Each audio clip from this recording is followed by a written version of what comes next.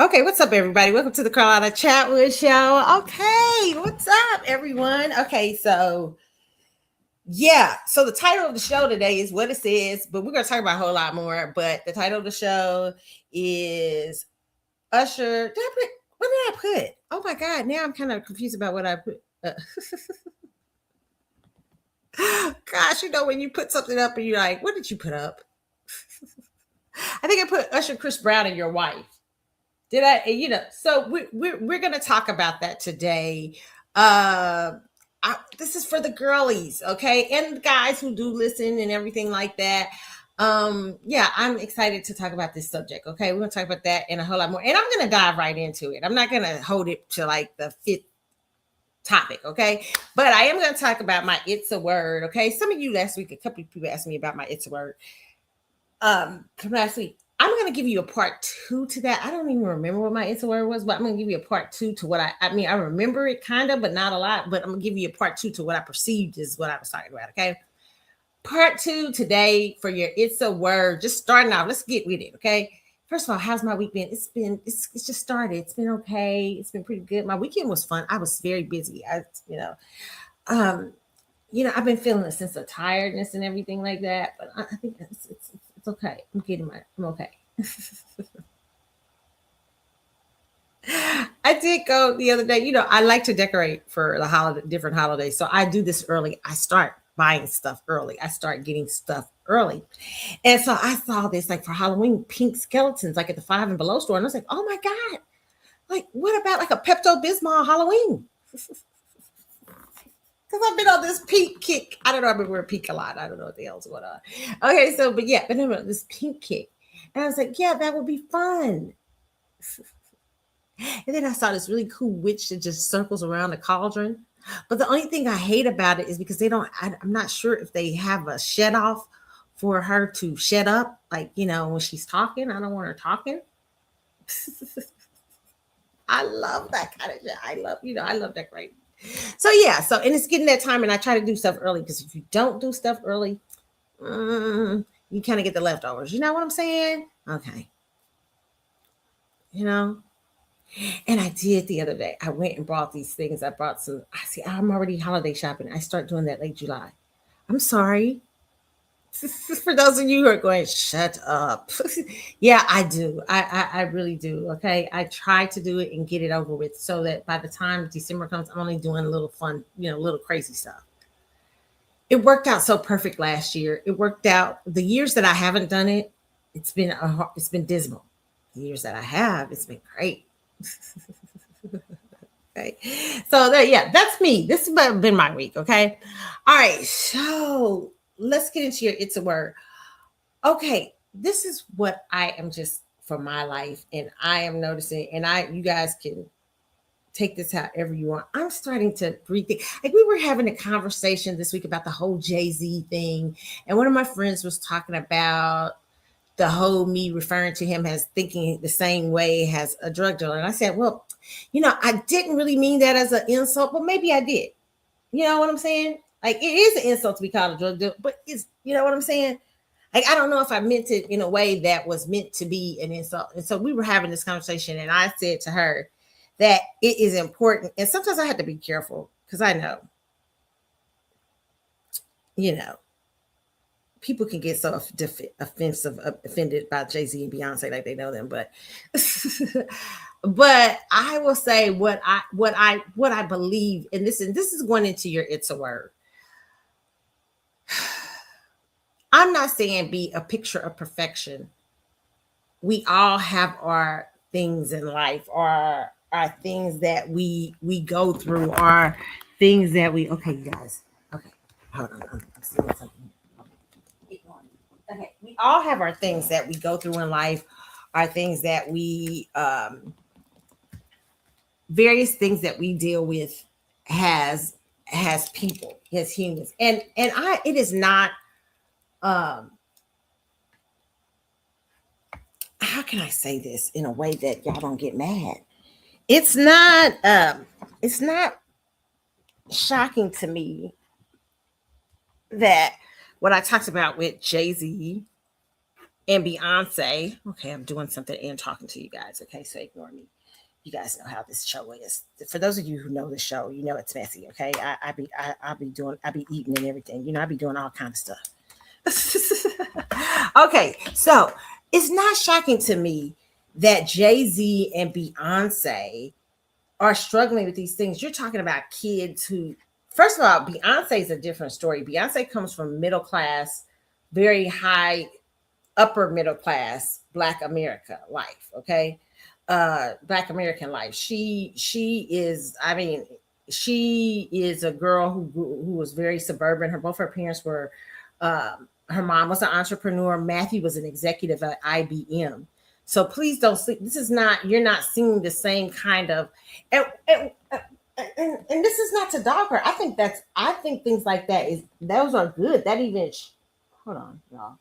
That even shows the power in having stability and your parents with stability and having work ethic and things like that. How it can significantly change your advantages in going into things like the music business and stuff like that. Okay. Um, I mean, Beyonce's story is much different from Mary J. Blige's story. Okay. And the reason why, and that's not to knock them, and I always tell people if Mary J. Blige and Beyonce had a versus, Mary would win hands down. Reason why I say that is because Beyonce, Mary's music to me is a lot different, or more grounded. Beyonce is a great performer, but she has a nice voice, but Beyonce also is the product of privilege. That's not, and I don't have a problem with that. Please do not get me, and you guys don't understand how that she's a product of privilege. What I mean is her parents come in, her father especially comes in with a knowledge of he's coming from an executive class. So he's already, if you ever heard Matthew on interviews, it will do you some good to listen. You hear him on interviews, he already came in with a lot of knowledge about the business.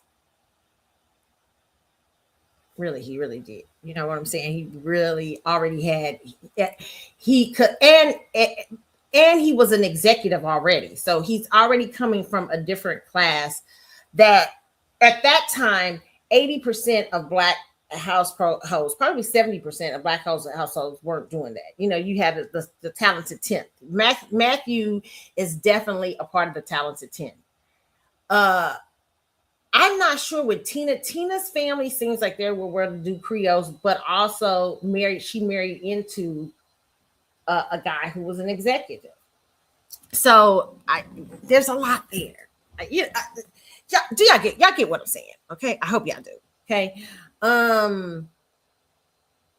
so when Mary's intro into career is a lot of bumps and bruises, you know, a lot of things because she's coming from a very different background versus Beyonce, who's coming from a very well-to-do background. Her parents are a little bit different. Doesn't mean she doesn't maybe experience, they have a little bit of the same experiences, but Beyonce has a little bit more of a protection there. Okay. Now I say this because I'm coming into something. Okay. So Beyonce is coming from that talent. Jay-Z coming from Marcy Projects. And I want to know a little bit more about his family back dynamic, especially concerning his mother. His father is understandable. He wasn't there. But Jay-Z strikes me as not just coming from a Marcy Project background. You know what I'm saying? Like there's something else there. Like the mother there may have been some sort of other things going on there. Drug dealing may have come in because of influence or friends and stuff like that. And it's I want to hear more, you know, about his background. But what I will say about these people is that them coming together, and I'm trying to get to my point. Them coming together, they're going to have various views about what is Black excellence. Okay. And sometimes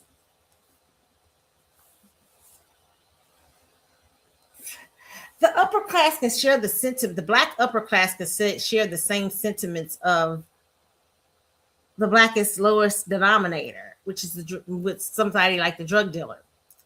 Get rich or die trying, or have money, make money. And because we come from an oppressed group, uh, and America stresses avenues of money, of capitalism, fair markets, free value, fair market value. I mean, free markets. All these things are expressed through to in capitalism. That and that the people that we have shared this country with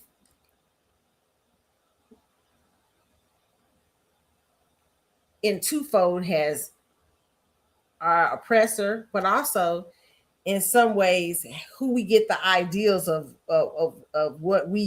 what's been put forth has the ideals of Americanism, even though they're not very American. It's very hard to explain what I'm getting ready, because you guys are going, what's this got to do with its work? I'm coming to it. White life in America has been the picture. That's what you see when I watch Leave It to Beaver every morning. I love me some Leave It to Beaver. Okay.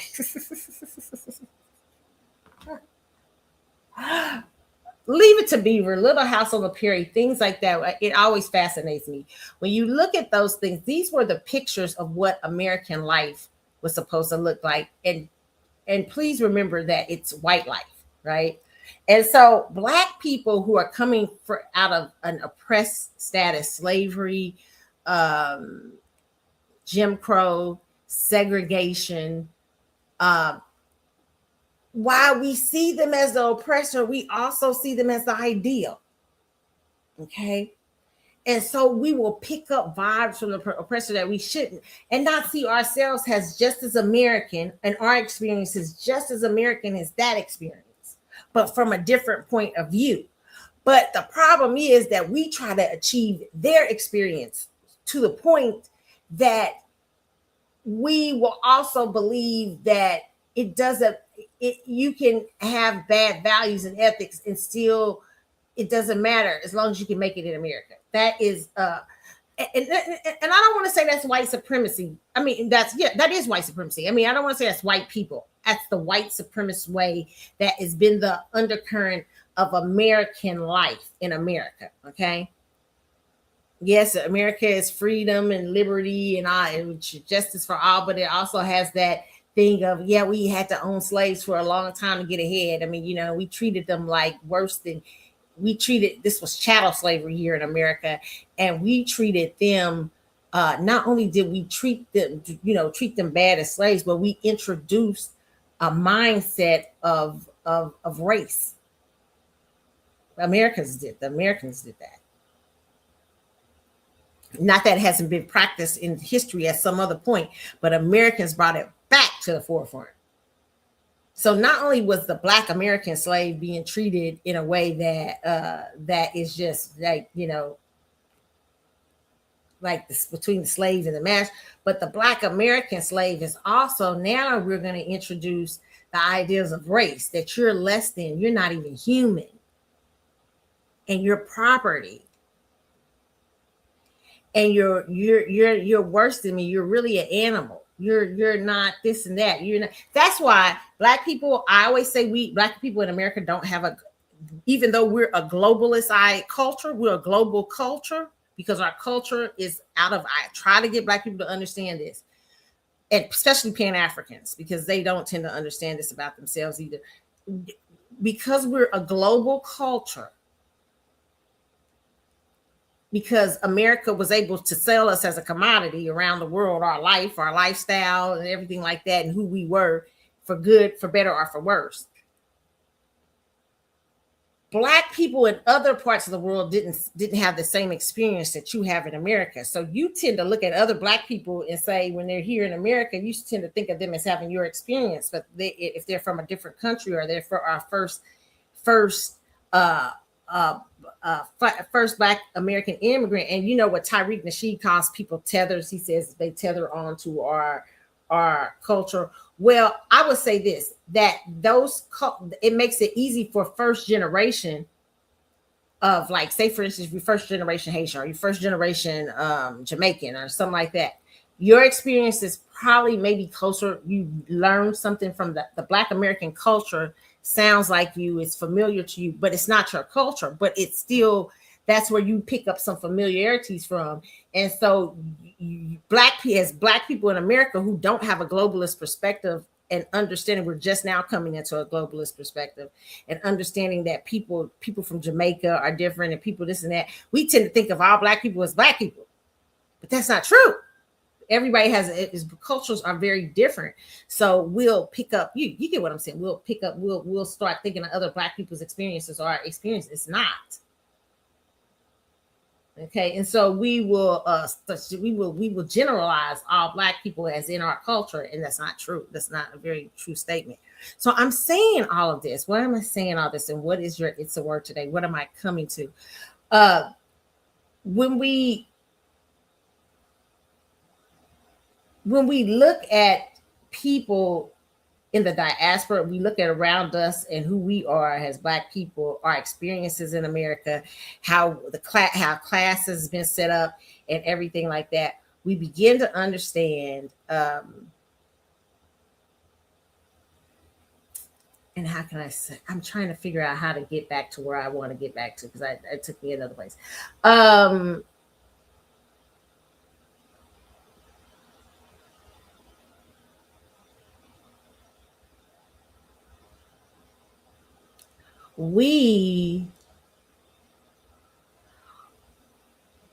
So when it comes back to Jay-Z and Beyonce, so when it comes back to our experience in America, we stay whites become the idea of what it is to act in America, what it's like to be in America. So Black people, even though our experience in the Americas have been different, and we're supposed to learn valuable lessons from our experience, and it's just as American as their experience,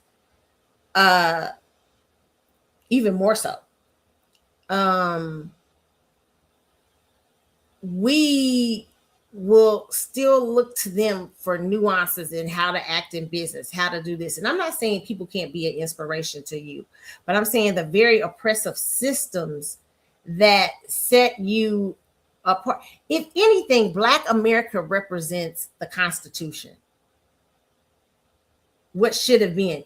The Constitution was an ideal when they wrote it. They had slaves. It wasn't fulfilled. It wasn't an America. It wasn't true. All men are created equal, but they weren't treating them like that, right? They were writing down one thing on paper and doing another. Okay, America's really known for that, but we, as a group of people in America, are here to say, especially Black Americans, traditional Black Americans, and our experience in America, we are here to remind America to hold those values true. Not to just put them on paper, but we are the people, our experience here, the only group that are not immigrants, besides Native people who were already here, indigenous to land. We are here to remind you of those values. Okay? Not here to be you. So you're saying, Carlotta, what does that have to do with Jay-Z and Beyonce? Because Jay-Z and Beyonce they're gathering which most of the talented 10th and a lot of Black people do, they're gathering their ideas of how to behave in society and how to move in show business and all these things from the white supremacy establishment. I'm telling you, and I'm telling myself this too, because I have to remember this even for myself. Values, ethics, and morals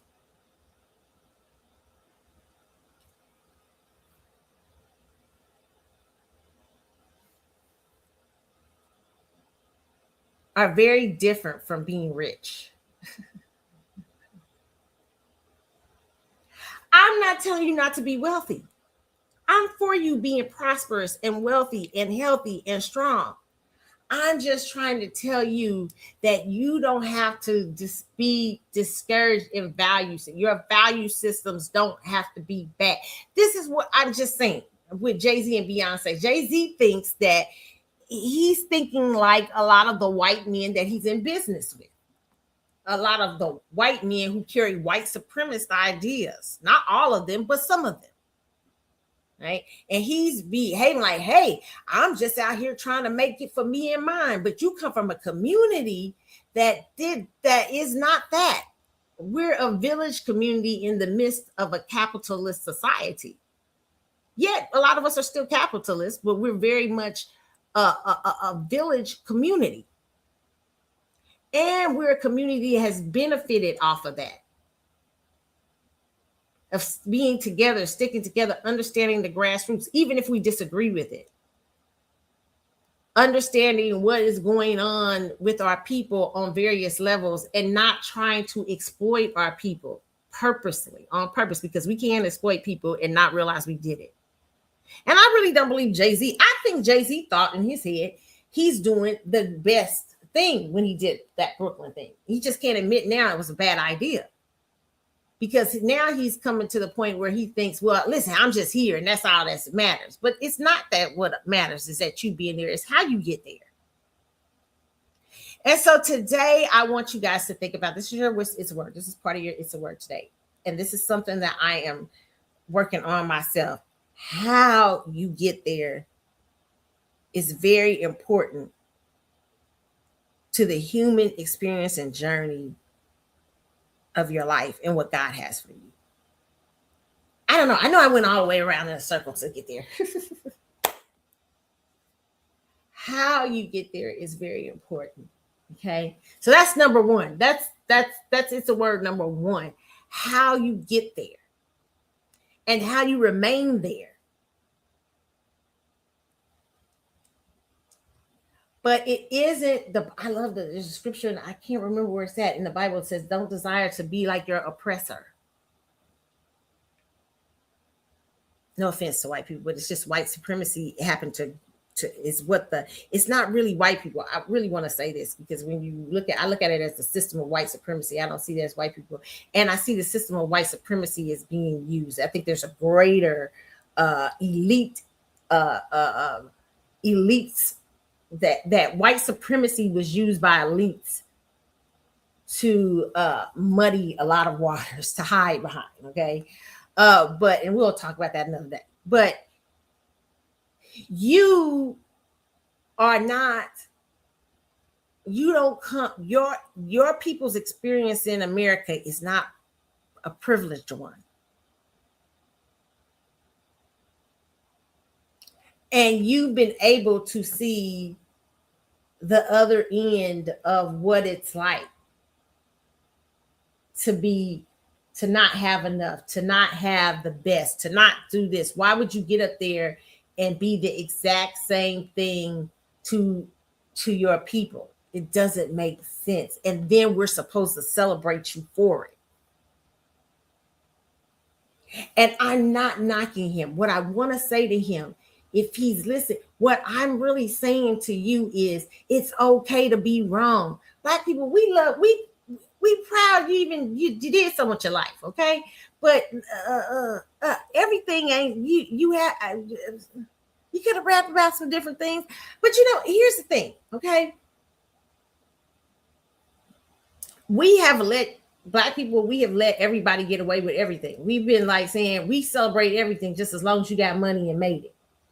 Because we're looking at that from a slave mentality. That is, we're no longer looking from a people who have come out of oppression and stuff like that, and how bad exploitation and oppression and all those things are to a system, and how damaging it is to the system of America and the Constitution and everything that those men wrote, even though they didn't follow it. But it's still a good document. To me, it's the best in the world. And we are the manifestation of that document. The Statue of Liberty is not about immigrants. It's really about the freedom of Black America. You look the history up, why France gave it to America. So everything, we're woven into this American system, but we're also there as not to be you. Yes, we want to achieve. Yes, we want to be a part of the American dream and have the picket fences and stuff, but we are not going to do it at the exploitation and the oppression of our people and others. Okay. So that's hard. When those men are the men you walk into a room with, when you're walking into a room to do business, you have to bring a difference. You have to bring your values as the former sons and daughters of slaves. Ooh. But a lot of you are ashamed of that. You start talking about something back in Africa that you know nothing about. I was talking to somebody about this the other day too. We were laughing. We were talking about the continent, and we were laughing about, I was saying, somebody got like really a little uncomfortable because they had just, it's funny. I always laugh. I haven't been to Africa yet. I can't wait to one day visit the continent, but I do read and study about systems and how the systems and stuff go in Africa. And I was talking to some people, and they were there and didn't understand what they were seeing. They had been there, but they didn't really. That's why I try to tell you, well, don't let people laugh and say sometimes, yeah, because I've been there. And I'd be like, well, that's nice. You've seen it. But did you understand the system that you were in?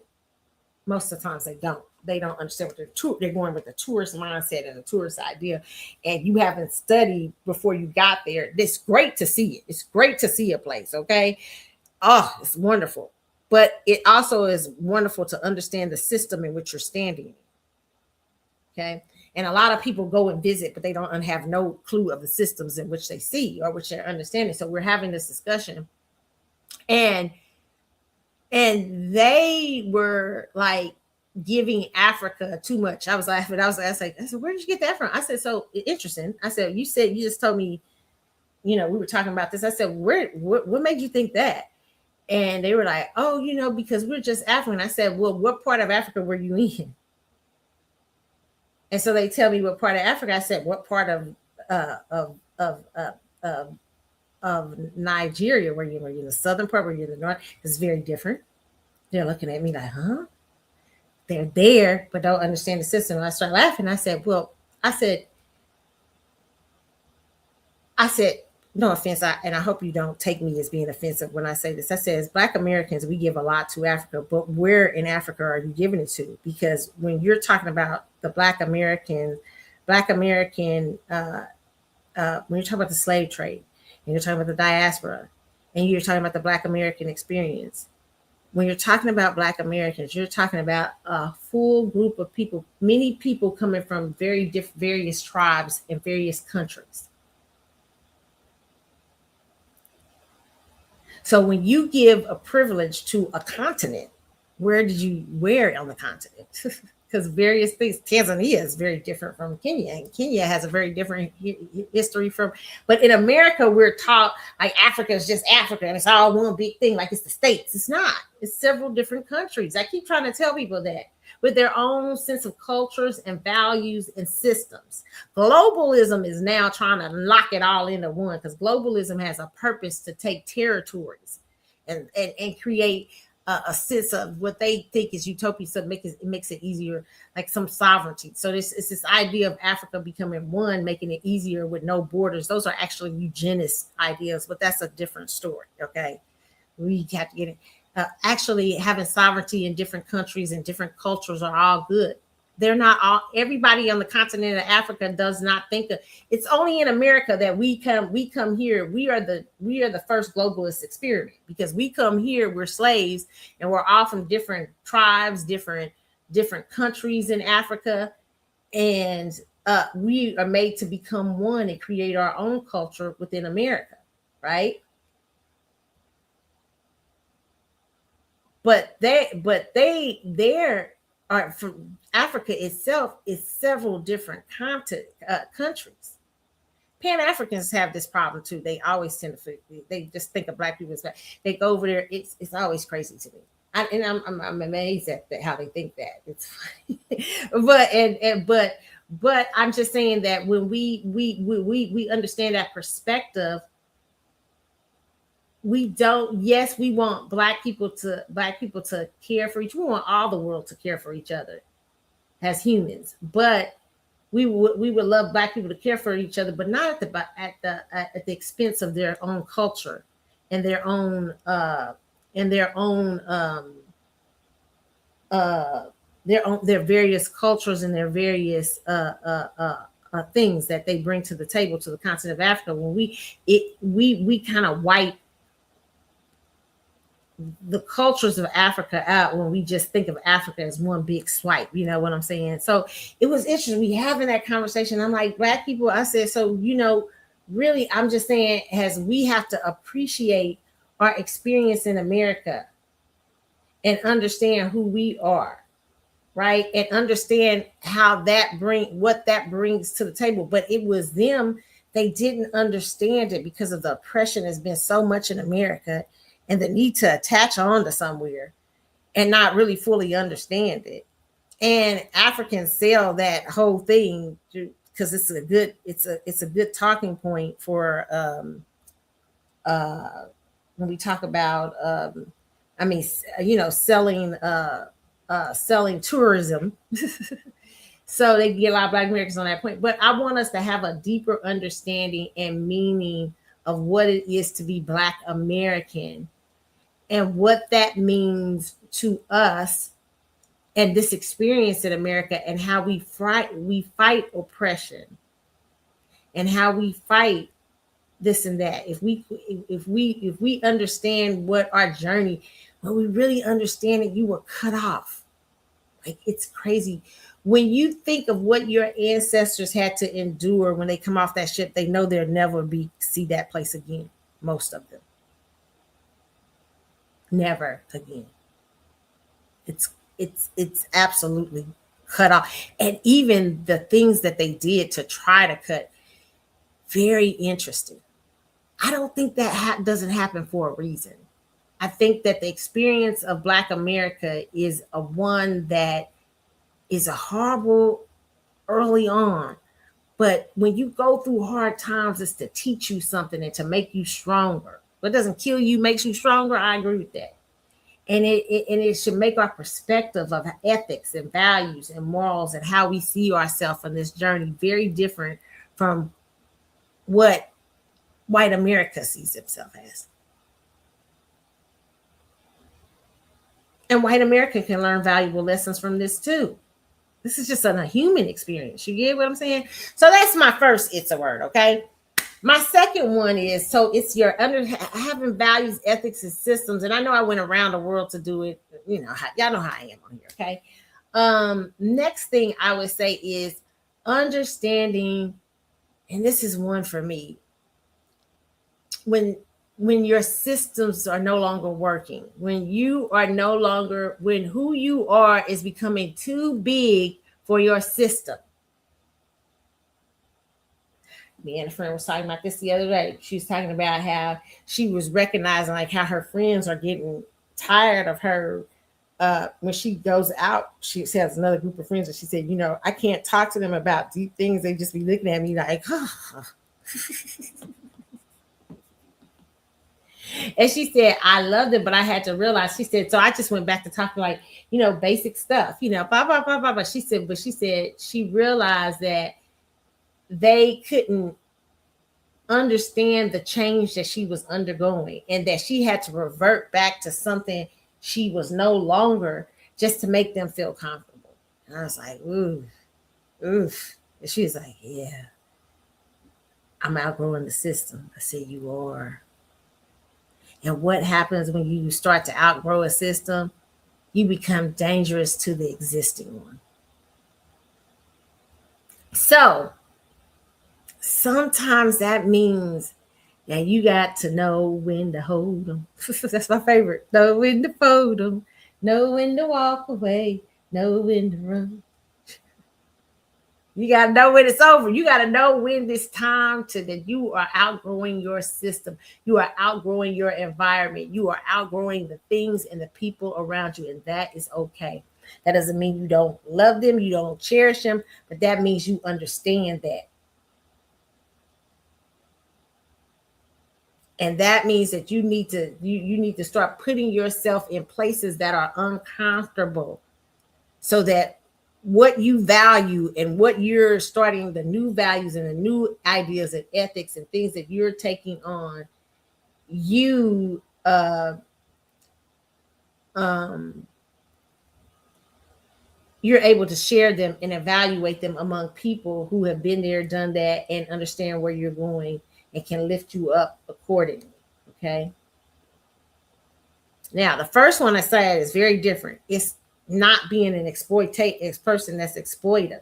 Now, that's what happens with a lot of people. Like I say, with a lot of these people like Jay-Z and Beyonce and them, like I said, they put the white American aesthetic as the thing to achieve. But that's not what I don't believe that's the greater thing of the what the sons and daughters of slaves are supposed to do. I think that we have a greater a mission. That doesn't mean we can't be rich or we can't be successful, but we can do it without exploitation and hurting people. That doesn't mean we don't run into that sometimes. That don't mean we don't mess up. That don't mean we don't this and that. But it just means acknowledging when we do and acknowledging that we are different. Now, we take those values, but we find that doesn't mean that Jay-Z and Beyonce because a lot of times what they do is they get up there, a lot of these celebrities, and they start saying, yeah, and I had to get out of my environment and learn something different, and all they learned is white supremacy on a higher level. I'm not talking about that. I'm talking about learning higher things, higher values, higher systems, higher moral. And yes, sometimes you do have to get it away from your environment to achieve basic goals like eating right, doing this, doing that. You get what I'm saying? But I'm not talking about to achieve the system of white supremacy, to be white supremacists, okay? So I hope you guys get what I'm saying, all right? I hope you guys understand it. So those are my two It's a Words today. Understanding this. I know I've taken a long time to do it. Hopefully I get, you know how I be doing up here. But hopefully you understand that being a white supremacist, white supremacy isn't your goal, or elitism isn't your goal in exploiting people and mishandling people. And not saying that we won't run into those mistakes as we achieve and we become bigger in our goals in our life. You will more than likely run into mistakes where you have exploited someone or you've done this, but it's saying, hey, I've learned the lesson from that. And I want to say that wasn't the smart thing to do. That wasn't right. This is what I was seeing. This is what it's being able to take that on and understand that. That's just my personal opinion. And not trying to be like the people, the group. And this is not white people. I don't want to say that. Not trying to be like the elites who have and I don't want to say all elites. The people, the top, the 1%ers who think that exploitation and you have to exploit and you have to oppress people in order for them to make it. So that you don't take on those systems. That your values and your ethics are something different. And wealth isn't your picture. Black people, wealth isn't the picture of goodness. That doesn't mean that, hey, just because they got money, yeah, they got the bag. You know what I'm saying? Why are you trying to talk about because they got the bag? No, because having the bag, there are bad people that have bags. There are good people that have bags. There are bad people that don't got no bags. There are bad people who got who don't. There are good people who got bags, who don't have any bags. There are poor people that are bad. There are rich people that are bad. There are poor people that are great and good, and there are poor, whatever good is, and there are rich people who are great and good. What I'm talking about is people who, the ethics and morals lack of ethics and morals, lack of character is not a wealth thing. It isn't a poverty thing. That can be all across the board. We see that in the music industry, an industry that has made its mark off of exploitation, exploiting the artists, and the artists also exploiting systems too. The artists have done that too. They bought their hype, and it was easy to exploit you. Not all of you, but a lot of you. You know what I'm saying? So yeah, I mean, so that's what I want to say today. Understanding that is not what you look for in a people. You know, it's a wonderful thing. I always go back to the Bible, but it's this wonderful thing when the Bible says talks about how you will know people with uh by their fruit, the fruit that they bear. Like you will know a tree by its fruit, if a tree is good or not, because it will bear fruit. And the fruit it bears is from it's from the good roots and things it should have. That tree should bear, it will bear nice apples if it's an apple tree, or pears if it's a pear tree. You have nice food and fruit. But if it's not working and it's not moving, it won't bear good things. How you know about people is what are they producing? The overall greater purpose. Now, some of you saying, well, true, having that money, doing this. Drug dealers, I'm trying to tell y'all this. Listen, drug dealers can produce good things. What looks like good things. Okay? They can give out turkeys at Christmas to homeless people like Nino Brown did in that movie. What's the movie? New Jack City. Okay? But the community all around them being destruction and never bearing anything, but they giving out, they might be doing a nice thing, but that isn't showing the true roots of a thing that they're trying to hit. So always look at the fruit that people bear, even your friendships, everything. What is it producing? I'm learning that in myself. I'm telling y'all, this is another, it's a word I'm giving y'all. What are you producing? Oh God, it's so hard. Sometimes I look at myself and be like, child, because I be a mess too. Okay. I ain't telling you, I'm preaching to the choir. Okay. What are you producing?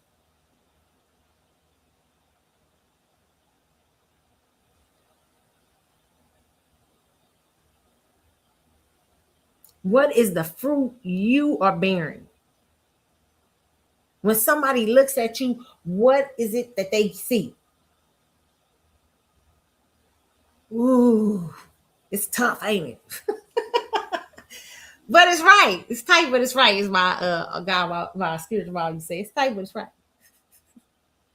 What is that you are producing and what you be, and that's going to take deep understanding and deep change and deep rooting out of things that are always that are not sometimes so good, right? Because sometimes we might be bearing good fruit on one end but bearing bad fruit. The root of it's bad, and you have to chop the whole system, even the good things. Okay. So just don't look at a celebrity and be like, well, they got they gave away $100 million. People got to go to school. Yeah, that might be good, but what happened? What did that overall? What, like when we talk about Jay-Z in the NFL, Jay-Z interfering on that protest? Maybe, yeah, he got a lot of money for a lot of. I heard Yvette Carnell talking about this. Shout out to Yvette. But he got a lot of money to interfere. The NFL is like, okay, we'll give him the money because he's the easier puppet to deal with, right? And he was able to give out a lot of money, but systems. This was he able to change systems like Colin was trying to do. He came and interfered with that and mocked. He to get his own situation. Then he said, hey, I'm gonna get to produce these NFL shows. I'm gonna get to do this. I'm gonna look like the man. And while I'm looking at the man, y'all know NFL, you're gonna have to give me some money to get some of these charities and shut these fools up. See, this is what they were saying in the Epstein files about him. Jay-Z, this isn't no diss towards you. You need to hear what those white elites that you're working with think of you. What they were saying is you the dude to shut down the overall system changers. They can bring you in and you will shut it down. And you don't think there's a need to address that? You haven't addressed that in a really good way, but that's another story. But that's what they do. He interfered on someone else's protest. I heard it that she did it. She talked about it so wonderfully on her show. It's he interfered. And what they did is they took a handout. It's like you could take a handout, but you didn't fundamentally change anything. What fruit did he bear? Yeah, some good fruit over here, but the system is still rotten because you mimicked Colin Kaepernick. You went in there and mimicked what he was doing, and then you shut it down, which it wasn't yours to shut down. It was his. It was his protest. It wasn't yours. You came in there because you were the easier vibe. You were the easiest one. You willing to take anything for it.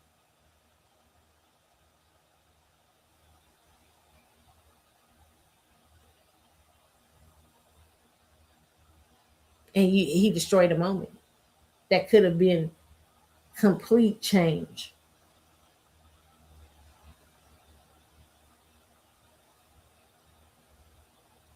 Well, Carlotta, he did get some money. No, he did. He got some money. He got some payoff money. And that's what they know about him. But maybe he doesn't know it about himself. And so here's the thing. I'm not saying Jay-Z doesn't want to be a person to help. But I'm saying when he comes in, it comes back to his own reasoning. Because I can look at the fruit he bears. And I say that to you guys too. Look at the fruit that you're bearing in your own life. I say that for myself every day. I be going through some shit. I be like, "This what a fruit I done bear. I done ain't broke bear. That's not good over there." And it's not about not making mistakes, not being wrong from time to time. It's about correction. Okay, so that's y'all. It's a work today. All right. So I'm gonna leave it at that. Oh God. Okay. Are we ready to talk about Usher and Chris Brown? Child, we got a video of Usher and Chris Brown out here in these streets at these. Listen here. First of all, men, let me just say this, men. If your wives go to strip clubs, men like the stripper, or they have strippers at, let me tell you something, men, this is the most, and this is one of the things I always laugh about with men. Hold on, let me look up here, see if I can get. Sure.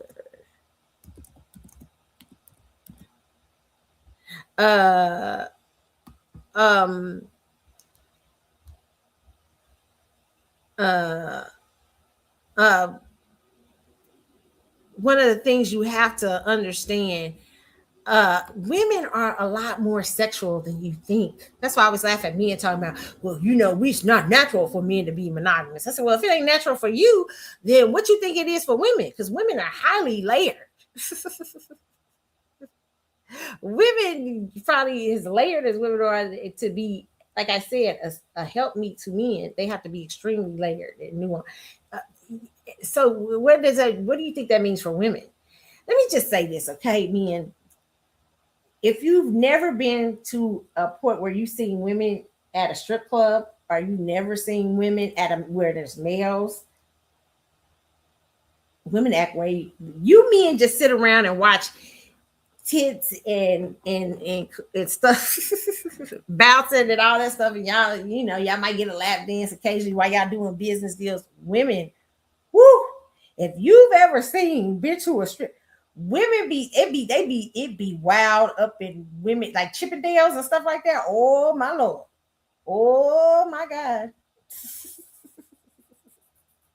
I asked you to go look at it. Women can get out. Women be way more than what y'all be doing.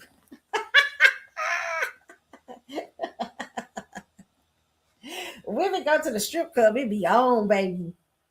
Women have bachelorette parties and they have strippers. Now I'm a chick that I ain't never been into a stripper. Okay, stripping ain't seductive to me.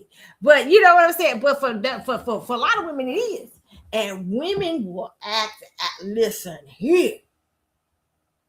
You ain't seen nothing till you seen a woman at a strip club. So this does not surprise me. How y'all are so surprised at what's going on at Usher and Chris Brown. That's a strip club.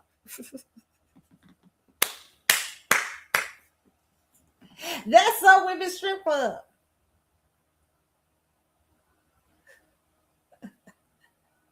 Okay, fellas. Okay, it really is. Okay. Let me show y'all a little bit of this. Some of their stuff. Okay. What they're doing out here.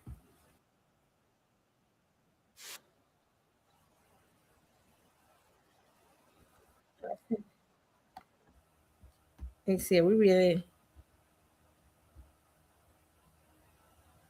okay. Okay, let me I'm gonna show y'all what this is, what's going on here at this Chris Brown. Okay, this is, I would say this is a surprising how some, not all women, but some women will act at the strip club. Okay. Not all women, but some women, okay? At the strip club where they're male dancers, not women dancers. Okay. Let me see. I'm trying to get this up for you guys so you guys can see. Okay, there's one. Hold on, let me add it to the so you guys can see. This is Chris Brown taking a lady during his "Take You Down," and y'all see him. He's taking off his shirt, and he coming up to the bed, and he pulling her. Look at how he pulling her. Okay, y'all didn't get to see the rest. They didn't show the rest. But let me tell you, baby, it's pull you up to him, turn it around, smack it, flip it, rub it down. Oh no. Now, Janet used to do this stuff on stage. This is taking Janet Jackson, what Janet Jackson used to do on stage years ago, to the next level. Okay. Janet used to do this shit and it used to be shocking. I'd be like, what? And you know what? I'm gonna tell you, women are so different. I know some women would be mad, but I would not be mad if myself up there and was doing something with Jen. I'd be like, eh. Now Usher is married, and Usher's doing wild shit at this conference too. Usher's doing wild shit. He's a little bit more romantic, but let me see if we can push up, bring Usher. Usher. I don't know. Usher. You remember the episode? Now I wouldn't like. This is what I was all on. Hold on, y'all. I wouldn't like Usher. If he was my husband, I'd be like, wait a minute now. We ain't doing no bedroom things now. I'm for you calling him up on stage and singing and all that stuff. Chris is single out in these streets. Now, Usher, I'm like, you can come up there. I don't want no bed. Now, you can bring him up on stage and sit him on a nice chair and feed him a cherry or two. You know what I'm saying? And act like you about to kiss her or something like that. Play the game. I'll be like, all right, go get her. But you ain't going to be doing no getting on the bed, and because it might be a little too good to you. And you might decide you might want to taste something that night. Hell to the no. The difference with women and men, in my personal opinion, this is my personal opinion. Women are more controlled with their sexuality. I would trust a woman more so with that than men. I mean, women will play with men and not really be serious. I hate to say this, but listen, Usher has no business up there on stage doing what Usher doing. Okay, Usher, y'all got what Usher. I didn't like what Usher doing. Okay. Let me see if we got okay, let me see if we got Usher his thing. We got a video of Usher's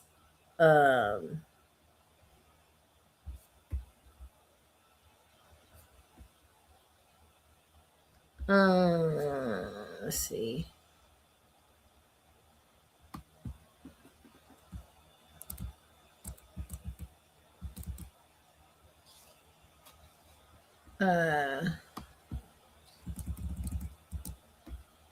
Okay, let's see if we can have Usher from The Raymond Brown.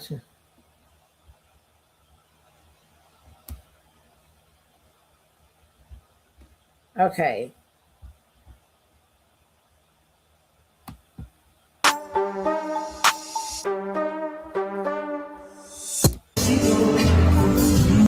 I don't know if I see. Okay, I haven't seen. I gotta find a picture. But Usher, what I saw, I can't find the Usher one right now. But Usher was in the bedroom too. He had a bedroom scene too. No, you cannot be doing that. Now, hell no. I'd be like, nope. I said, hold on, because women are different. Women, no offense, but like women, girls who are out there in that audience for their fantasy and stuff, you can't have no baby. You can't have no bedroom scene. You can put them up in the king's chair, queen chair, and you can play with them. You can even dance around them, do a little grind or whatever like that. You can even feed them a little cherry. That shit wouldn't bother me at all. But women, you turning for getting up on a woman, like Usher was getting up on a chick. The chick was rubbing all on his chest, and this was at the recent concert. She was rubbing all. She laying in the bed. Hell to the no. Hell no. You going too far. Usher, you ain't got no business up there. Let no woman rub on you. Now, if it's another married woman, you and Usher can, you know what? I don't know. Y'all can have y'all.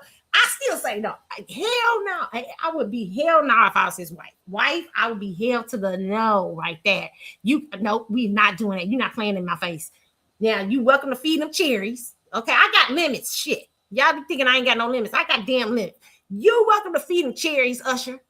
You welcome to even grind up in front of them, doing a little bit. You can even pretend you don't like you about to while she in the chair, like you don't pretend like you don't do something. But let me tell you, you can even sing a little dude to him. Skip around. But what you ain't gonna do is get up on the bed, get up on top of them, and let them rub all on your chest. No.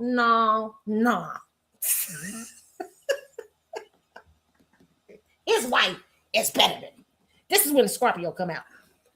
I'm now the Libra is out there. The rest, the Libra and me be like, yeah, bitch, I don't care about that. I don't care about the playing, but when the rubbing on the chest, because I know the nature, I know human nature, and I know women. No, hell no. No, you're not gonna let no woman rub on your chest, Usher. Not why you married me. We're not gonna have that out here. His wife is real cool with that. That she, I'm not letting it happen. Now, I don't even for play. You can't even, I don't care if she at every show every night. Hell to the no. Because men like that can get away. Men like that know how to sneak off with they know how to do all kind of shit. Okay, no, you're not gonna have nobody up there rubbing your chest. Now you can, and easy, you can be up there playing with them. So I don't care about that because I know that. But going rubbing it, what Usher doing on stage is wild. Okay, now listen, fellas. If you sending your wife to these concerts and you know she's a regular at the strip club, she go see the Chippendales when she in Vegas, and she that type of chick, she go see different stuff, everything. Listen, she more than likely she gonna get on stage and act a fool. Not all the time, but more than likely, okay? Because this is a strip club for women. Listen, okay, this is a strip club. This is what they do. This is now me. People ask me, Carlotta, would you get up on stage like that? First of all, no, because I feel like there should be boundaries. But second, I mean, getting up on stage and Usher feeding me a cherry and singing to me, that ain't shit. Okay, I wouldn't think of that. But if he about to put me in the bedroom and bend me over and slip it, and that's damn near sex. I wouldn't get up there if I was single and let nobody do that to me. Shit, you nigga, what do you think this is? When I was a young girl, I had a chance to go up on stage a couple of times with, who was it? What's his name? Aaron Hall, who did something. I moved out the way. I said, no, they was coming out. They was eyeing me too. I was like, I let the other girl go. Bobby Brown, I let a girl right next to me go. They was trying to get me to do the Ronnie, but I knew what Bobby Brown did, and it was tame compared to what the fuck Chris and him did. But I was like, my papa, because I was young. I said, my papa, I was about 17, 18. I said, my papa see me up there. And Bobby Brown, all up on me and shit, grinding and stuff on me. My papa is gonna load up the gun.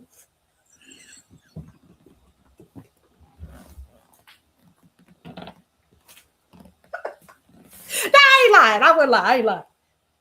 Soon as somebody would have came and told Levi, Kiki was at the concert last night. Oh yeah, I know.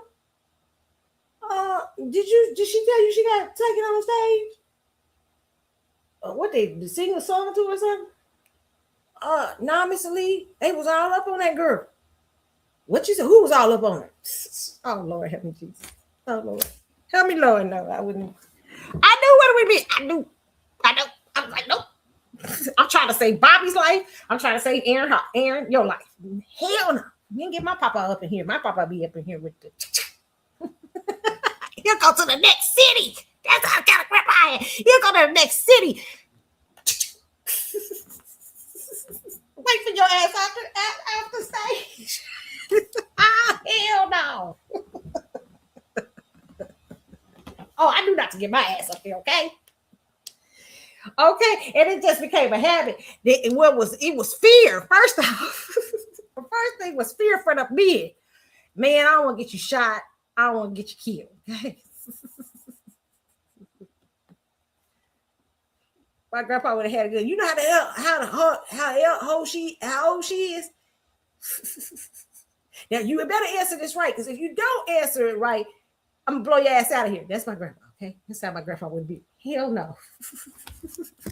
No, I had James Evans / Bill Cosby as my.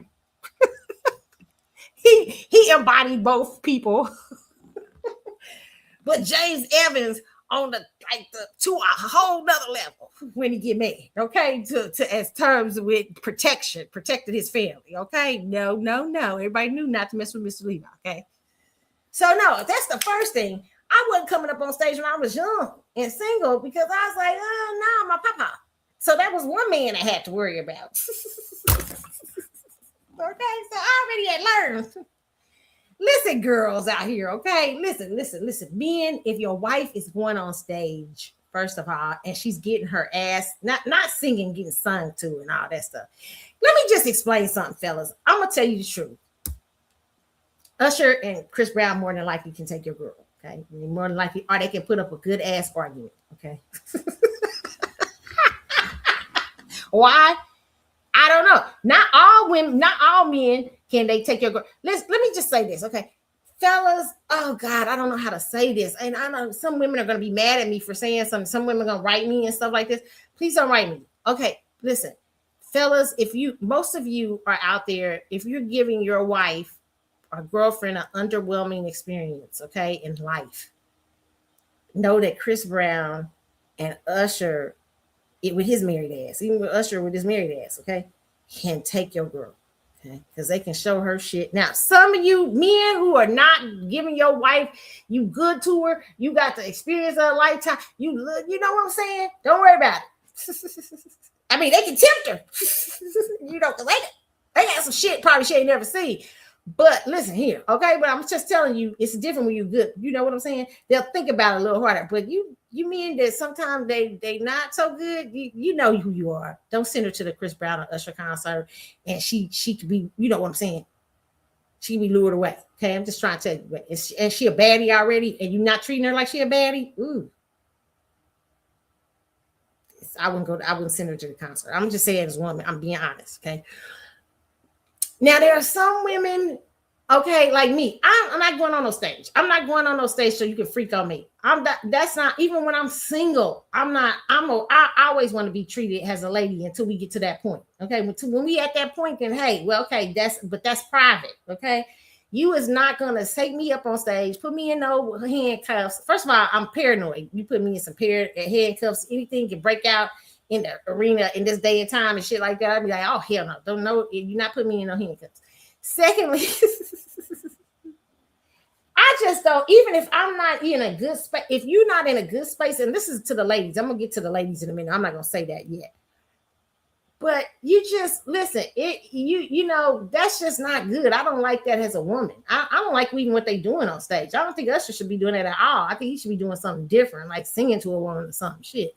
I mean, singing something romantic. Chris is single and shit out here hoeing. Not you, Usher. Well, Usher might be hoeing still too. R&B singers can do that. They can be girlfriend, but still hoeing around. That's how R&B singer went out. He looked so sad. I guess he had lost his girl. And he was on stage. I was watching the concert. He was on stage and he was like, yeah, when they tell you, I was like, damn. He's like, when they say, tell you they gonna change, just know they ain't gonna change, that's how it goes. I was like, look at your ass. Oh Lord, you look pitiful right there. Why? Because it's R&B, he an R&B singer. His R&B ass was out here hoeing, okay? Okay. And he lost it. Right? You know what I'm saying? It was funny shit anyway. I mean, I was like, it was hilarious to watch. Okay, now listen, fella, listen, okay, girls. Okay, I don't like that. I think that's disrespectful anyway. Okay, I don't like that as a woman. Now, ladies who are married, let me just say this.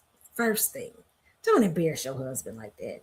I don't care if things ain't even going well. If you now wait a minute, hold up, wait a minute. There may be some instances where you might need to embarrass a motherfucker, right? Okay, if he's a cheating, lying scum of a man, and you plan on getting the divorce papers anyway, you about to send the divorce papers out. You ain't in the midst of no strategic shit, and he's a horrible. Like he out here hoeing every day. He hoeing your face. He's so bold with it. He horrible. Then go and you at the end of the road, you already done set your strategy to leave this no good son of a gun. Okay. And you say, you know what? Tonight I'm gonna get up there with Usher and Chris. Okay. I might can excuse it. And you about to drop the divorce papers off the next day, shit. All right, do what you got to do, okay? But ladies, even if you're going through a bad marriage ain't so good right now, and you might be thinking about leaving, or you might be, this is my thing, okay? Have some fucking respect, okay? I'm for real. No, you don't want him to do.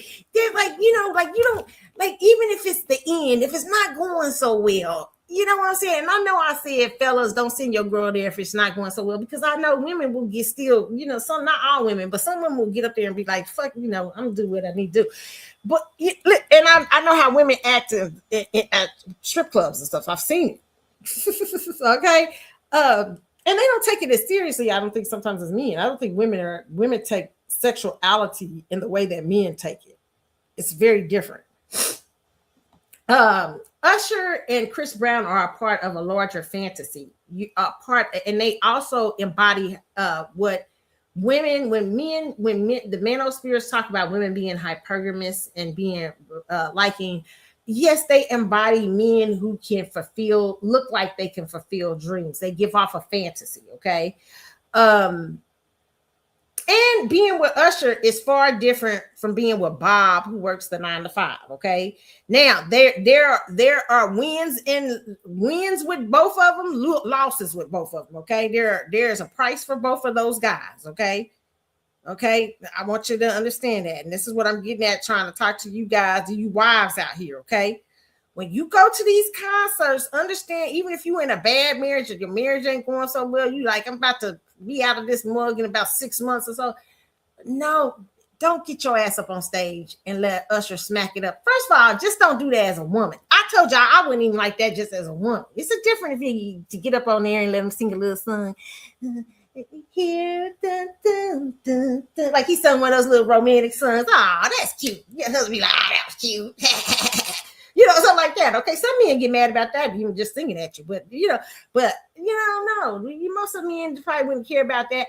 But don't get up there and let some man bend you over, smack it up, flip it, and got your ass bouncing in the air, and you bouncing, and you on top of him. You like y'all having sex in front of the whole arena. Hell no. Don't do that, period. But girls, if you in a marriage, why would you do something so stupid? Like, why? Like, why? Why are you going there? Now, some of y'all got open marriages. Now, wait a minute. Let me just say this. I understand that some of you girls got open marriages. Okay, that's different if you got open marriage. Okay, so a lot of you ladies, their marriage is open. Okay, and the husband don't give shit, and you don't give shit. That's a different story. Or y'all got open relationships, or y'all polyamorous and all that stuff. That's different. That's what sometimes a lot of y'all ain't seeing. Okay, some of these people are polyamorous. Okay, I ain't got nothing to say. But for you, you're in a monogamous relationship, even if it's at the end or if it's tethering towards it, Don't get up on stage and do this. Okay? Like, seriously. Like, don't embarrass him. Especially if you would be right now, and let me just say this about these R&B stars, lady, okay? Even if you got a chance to screw the hip, because you know what I'm saying, get you some Chris Brown, okay?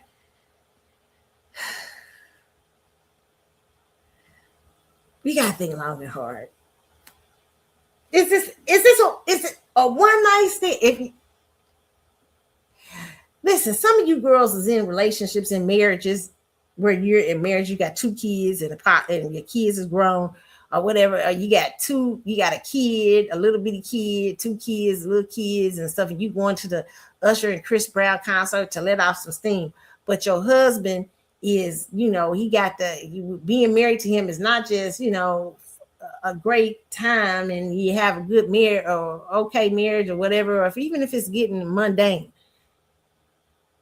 You got health insurance, benefits, you know what I'm saying? And you about to give it up for a one night stand with Chris fucking Brown, who's unstable as fuck. I just ask y'all to think about it, okay? This is where our minds click in. You know what I'm saying? When we like, damn, it's tempted over there. But how likely is this Negro to be faithful? How likely is this Negro coming for me for life, or is he coming for me for a good rolling the hay? And if you're going to do that rolling the hay, you better take it to the grave. Take it to the grave. You know what I'm saying? You got to be someone. You got to know what you're doing. I ain't encouraging that. That's not what I'm doing. I'm just saying, I'm giving people the possibilities out here in these streets, because we got a lot of women going to these concerts, and obviously they not, they playing, they getting to live out fantasies. And listen, men, your wives is bad nowadays. Listen here, I've been seeing bad wives. These wives are fine, okay? Some of these wives are out here looking like, whoo, shit. I mean, they are beautiful. They running the single girls through the loop. These wives are coming up. These wives. Woo, they keep it. These ain't women a lot of times that go to the Chris Brown concert and get picked. They got the porch light on. Okay. They ain't women that turn the porch light off because they married. Okay. They're not turning the porch light off. Okay. And that's what the old women used to tell you. Don't ever turn that porch light off. That means always keep your looks about yourself. That don't mean you go around and screw everybody. You say I'm available. You just always keep yourself up and let your man know, hey, it ain't going down right now. I can always step up out of here. Okay. So some of these women going to these concerts are baddies. Okay. And Chris Brown and Usher might be out there like, woo, shit. Right? You know what I'm saying? And your wife might be with them. Now, I just want to talk to the women today. If you're a baddie, how many baddies does Chris see in a night? How many baddies does Usher see in a night? Okay, listen, and he's already married. Okay, unless y'all gonna have, I don't know what y'all do. You know how y'all gonna do, keep it on the down low. Y'all do something like that. I don't know what y'all do out in these streets. Okay, all I'm just trying to say is you gotta be wise. No way I'm getting on stage with these men doing all this kind of foolishness and ruin what I got going on at my house. Okay, shit, hell no, you're not gonna flip it. First of all, I wasn't doing that when I was a kid because I knew I was scared of my papa. So I knew that was I'm not letting nobody disrespect me on stage. First of all, you ain't smacking it up and flipping it and rubbing it down. Oh no. Okay. And on stage, okay, that's not to be done in front of everybody. That ain't. I ain't no porno star in it. That's not what I'm here for. I'm not a porno star. That's not. We don't want everybody to see that. And why does this phone always ring? I always forget to do it. You know what I'm saying? Turn this off in the middle of when I'm talking to y'all. Okay, but we're gonna ignore it today. Listen. You guys have got to understand. You can't get on stage and do these things and embarrass your spouse, even when it's not going well. Don't you got some respect for them? Like, even if it's not going well, girls, even when it's not going well, you like, I'm gonna go out here to this Chris Brown concert. He been acting a fool. I understand, but listen here, don't even go out there and do that. Then have some respect for the person who wiped you up. You know what I'm saying? And understand what these, I've said this before, what these R&B guys are. They good for the night. They good for when you come in there and they smiling down at you singing, girl, what's up? You know, you remind me of a girl that I once knew at Chris. What's that song? Summer too hot.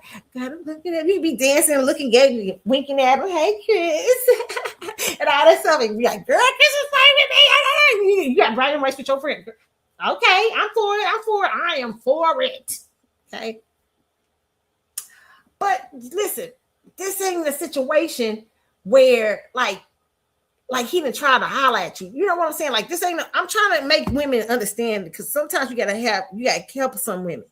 This is not a situation where this man is personally like it's like you might be like, okay, this is not something that's challenging, that's worth challenging your household for. You get what I'm saying? Like, he ain't giving you smacking it up, flipping it, and rubbing it down on stage is not the challenge of, not worth challenging your household for. A man that is gonna be there only a night, and you ain't gonna get none of them benefits of that tour. Shit, he ain't even gave you a free ticket. Like, I could see the next night he's like, hey, you know what I'm saying?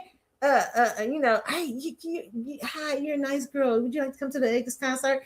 You go to the free, you get a free ticket. You're like, oh, that's nice. Chris Brown gave you free tickets, okay? And then he say, hey, you know what? You build some sort of friendship or relationship. I'm not saying that's right, but I'm just saying I understand you know what I'm saying? How you can start saying, damn, wait me, hold on here.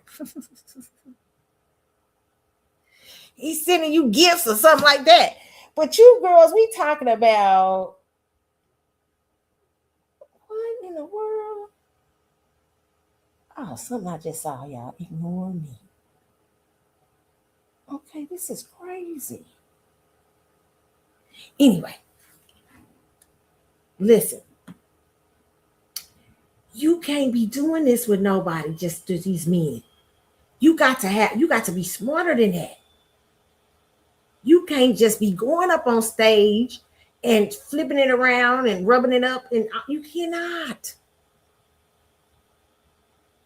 For men who are so fickle, immature, probably not committed, this is a one party stop. And Chris, you gonna let Chris Brown ruin your whole marriage? Like, even if the shit ain't working, Chris Brown ain't work. No. What's that one woman told him? They said one woman turned him down. Yeah, no, Chris. Okay, what you gonna do when I ain't got health insurance? Is you gonna send me a check? What you gonna do? No, this is not worth my relationship. Are you gonna be committed, Chris? Are you ready to settle down here? Because I'm about committed. Okay? You ain't playing up in my face, okay? You got to weigh the scales. Like, wait. Y'all know y'all just getting up on stage and there's cameras all around. Ladies, this ain't like the strippers, the little strip things y'all be going to, the bachelorette parties where y'all put up your phones, or the what they used to do back in 1989 at the Chippendales, where you could they hid a lot of that shit that y'all was doing in Vegas. This is not the same.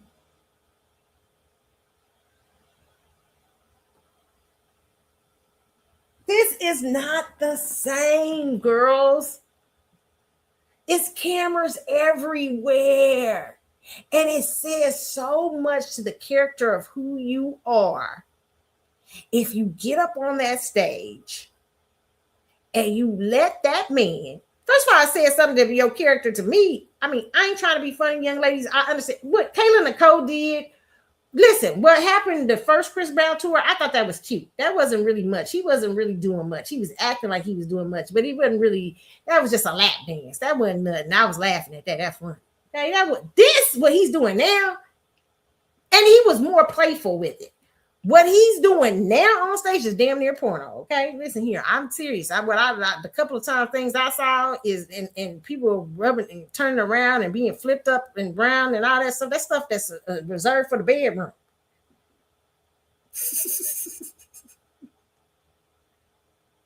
Okay, so I'm just not understanding why any woman would go up there for that. But if you're gonna go up there, you should be single. Or even if you got a little boyfriend, your little boyfriend gonna be hurt.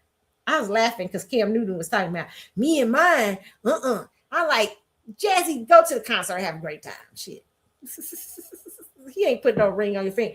For girls out there who got 2 babies and he ain't still putting no ring on your finger and still talking about he don't know it's me monogamy and all that, go to the Chris Brown concert and have a ball.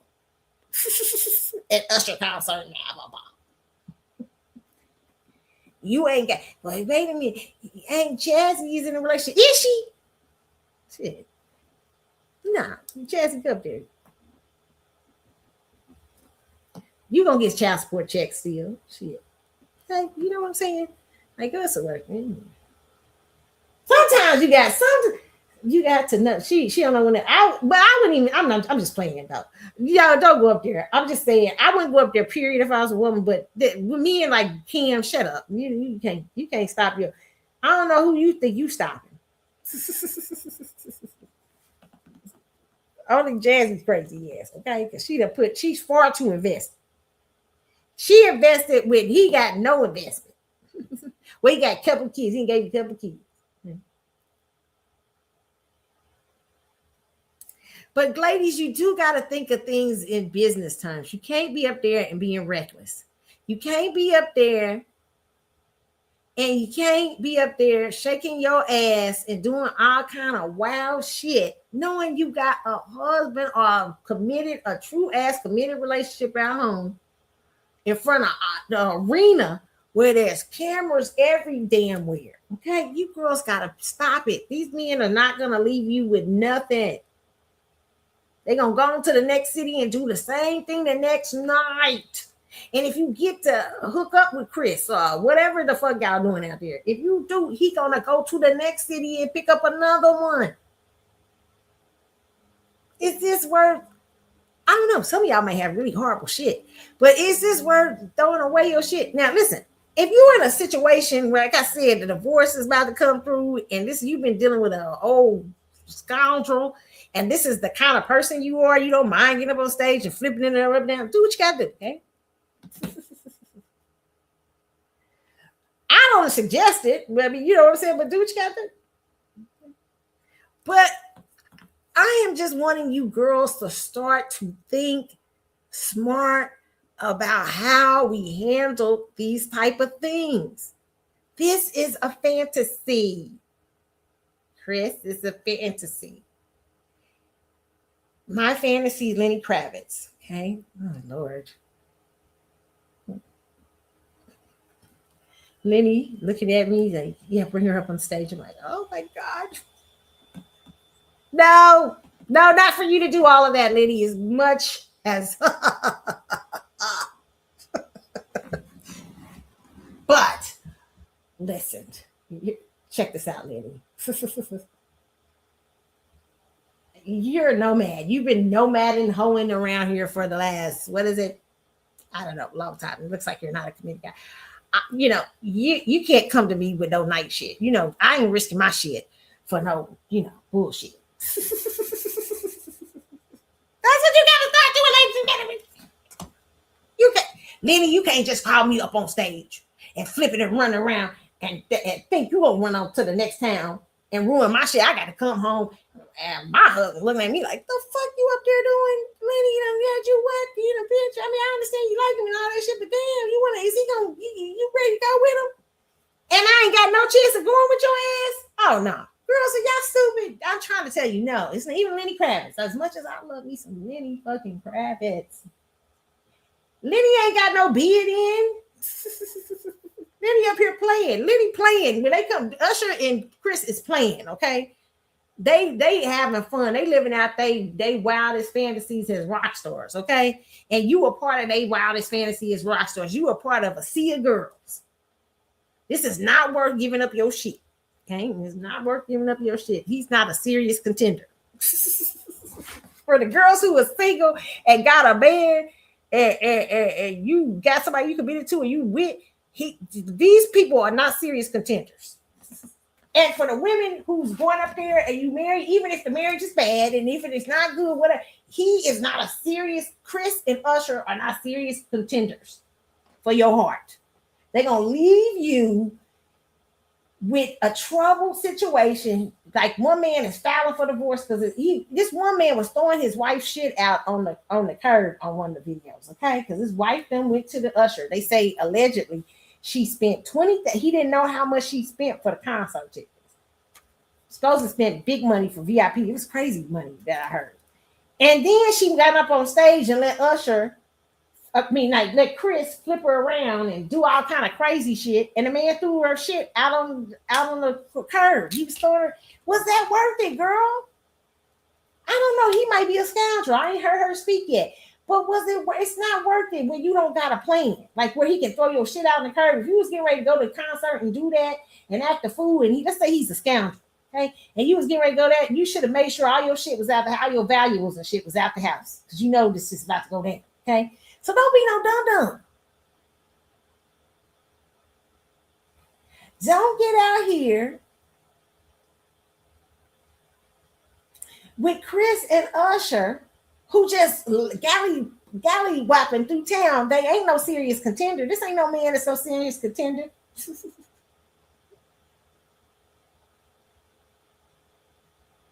He ain't a Shannon Sharp. What Shannon Sharp say? Shannon Sharp can't be up when he said he paid for a woman's divorce. He ain't gonna pay for your divorce. He ain't that serious about you. Usher's just galloping through town. So is Chris. And Usher already married. Okay. Now, I'm just trying to tell y'all what it is. So let's not sit up here and play. Let's stop this. And men, you know what kind of wife you got. You do. All men know what kind of wife they got. You already know you already know what you are. You might have to go to concert with her to keep her ass controlled. Okay, you may say, I'm going to this damn concert. Or she may not can't go to concert. Okay.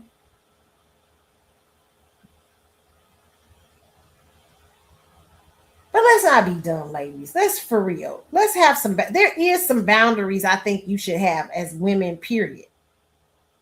As women, period, my perspective of this is that you shouldn't be going up on stage and letting no man smack it up and treat you like a porno star on stage. You're not going to do that to me. I'm sorry. Single, married, not, whatever. You ain't going to do that. That's not happening.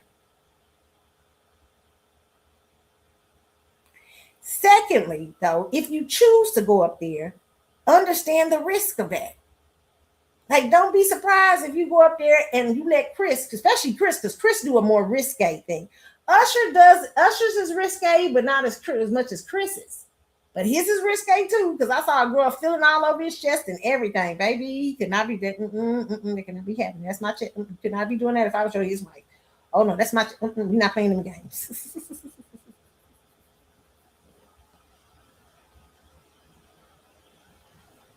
But Usher does. These men do a risque show. Okay.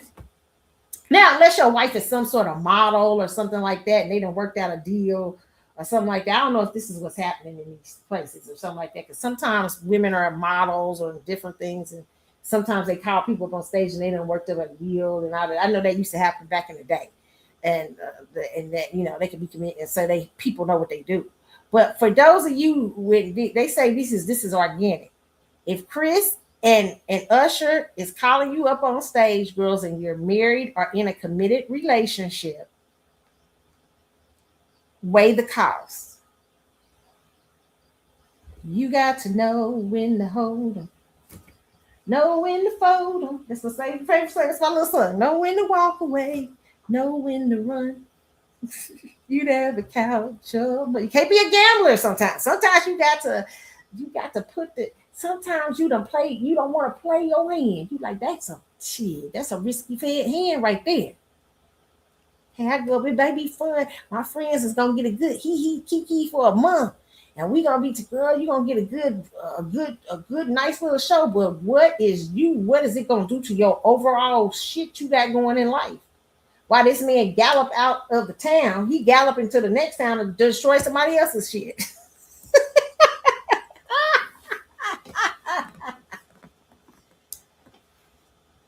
No, girls, it's not worth it. Okay, and I want you to think logically, like men do about shit. Men think logically about affairs. I've talked to men think logically. They be like, where we emotionally, men think logically. Men be like, man, shit, is that worth my shit? That's why I say to put, when I talked about, people got mad last week. A couple people wrote me that last week about what I said about, what I was saying about Lenny Kravitz and what I was talking about, what's her name? What's that chick's name? Taylor Swift's wedding. And I was talking about, you got to put things on certain people in, if you marry these type of guys or getting where you sign a prenup, you can't just ask, you can't just put money there, but you got to go for something in the prenup that's going to make men think logically, like, damn, hold up. Because men are logical thinkers when it comes to even affairs and stuff.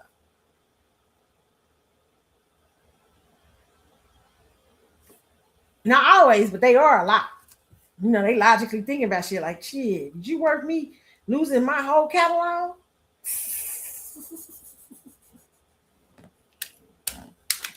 I'm a Scorpio, so even though I'm emotional, I'm a logical water sign. I got a lot of Libra. Okay, I be weighing the schemes, bitch. Okay, men, you got to start, ladies, you're gonna have to start thinking like these fellas up here. That's why I always say put some restraints on when you get these, going to another subject. This is just another subject. You got to put some restraint. You got to give something that's gonna hurt somebody, like, hey, make them think, is it worth me losing this? Nope. Okay, so that's what you gotta think when you go into the Usher concert and you looking real beautiful and you fire and shit. You like down there and Usher like, Chris is like, yo, I look, Chris like to have you on stage tonight. Nah, baby. Tell Chris I got health insurance, I got benefits, I got, you see this ring, I got household bills. I got 3 kids. Does he come ready to take all that? Well, then I suggest I don't come on stage tonight. That's what you got to do, girls. Okay, is he getting ready to be stepdad these 3 kids?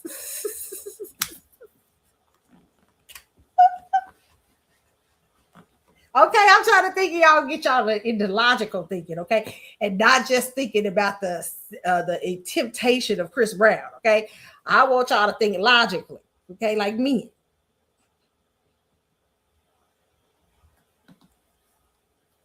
I want you to weigh the cost. Okay. Now I know it's somebody out here saying, what about the fact that you just love them? Yes, you can just listen. People cheat and they love the person. Okay, they do it all the time. Love is not the thing that's gonna keep. Listen here, a lot of these people out here love people and they still be doing wild shit. Okay. Sometimes people need to weigh the cost. Love ain't enough. Sometimes you gotta wait about, like that R&B star I saw up on stage. Love wasn't enough to keep his ass out there. His love, what Halle Berry saying? Boomerang. Love should have brought your ass home last night. No, love not gonna bring them home. No.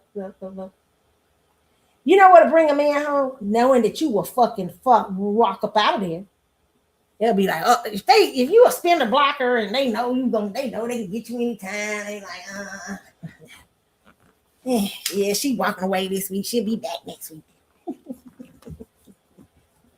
Oh yeah, she getting married over there. I'll be screwing her in the marriage. They know when you fake. Men know when you faking. Girls, let me tell you something. These men know when you faking. They know it. Even if you get married, yes, they know. I'm gonna marry this other nigga. I'm gonna show him what he missing. No, you're not, boo. You're not, boo. You're not showing nobody nothing. He know he can get you in that marriage. Okay, you just gotta wait till the first bad thing happen, and he'll be over there and hitting it and making you confused. I don't know what I want to do.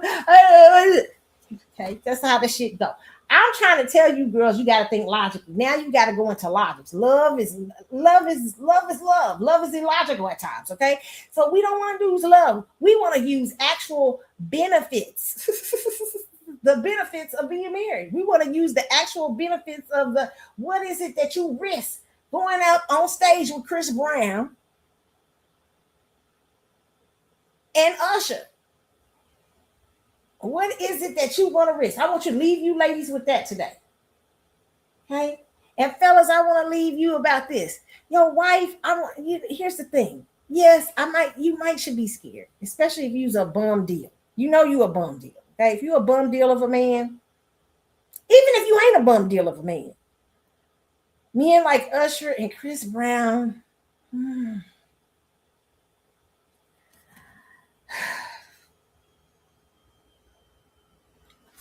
It's the bad boy rock star.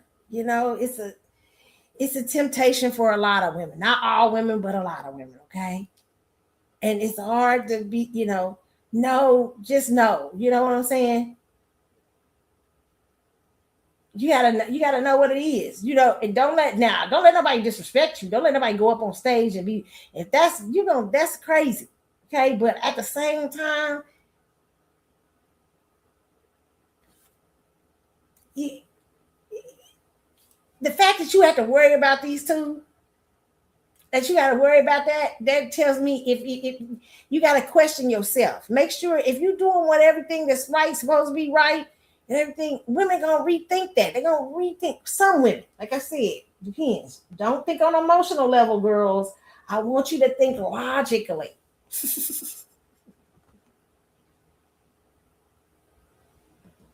Because love comes and goes. Love, one day, love is constant, right? The action of love is constant, okay, right? You do love when you don't even feel love. That's the real true feeling, the true meaning of love. But the feeling of love, that comes and goes. What the feeling, which y'all perceive as love, and I don't really call it love because that's not really what love is. Love is not that feeling that you have. Love is consistently how you show action and show different things, respect and honor. Love is actually, to me, love is a little bit more logical than, you have Eros and Agape. Was it Eros? Eros is that love that's kind of fake, that, comes and goes. And then you have the Agape love, that true underlying love. Even that when people go through divorces or go through this and that, they still have love for each other. They still respect each other. The Guape love may show back up, even if they're seeing they don't have a reason to, they don't go, but they still, there's a consistency of that thing staying there, that I care for this person. There's a consistency, I respect this person or whatever. Love is not a feeling. So to me, when you're going to the Chris Brown concert, even if your marriage is not good or your this and that is not going well, girls, well, I'm asking you to think logically, because that brings you really back to what love is. Love is, to me, love is not, the Agape love is not illogical. And Agape love makes you think about what the consequences will be, okay? The consequences of going up on that stage for one night with a man that's just on stage for one night and probably got all kind of women. I got hoes in different area codes. I got hoes. I got hoes. That's what, when I was back in the day when I was young, I had a lot of different men. Used to try talking celebrities and stuff like that when I was single and stuff like that. Let me just say this. I don't like one night stands. I'm sorry, I'm not a one night stand girl. I'm not. I'm a Scorpio. I really am. Some Scorpios are. I'm not that. I'm just not that. I'm not. And especially if you don't put it down, I'm gonna feel like I'm gonna feel some sort of way. So I ain't even playing no games with you. I ain't even out here trying to be out. I ain't no hoe.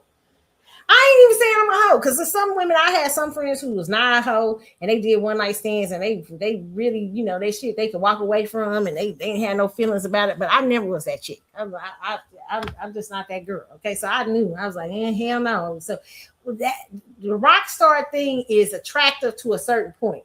Okay, but then when I think about these men as hoes all over the place, they got, you don't know what they bring home. Like I read one rock star wife was talking about she dealt with all kind of STDs and all kind of shit. He bringing you home HPV, fucking up your bladder, your spiritual mindset, and all that stuff because he can't stop with these hoes out in these streets. No, I'd rather not be dealing with all that. I mean, there's a difference. Now, could I be married to a man that's a rock star?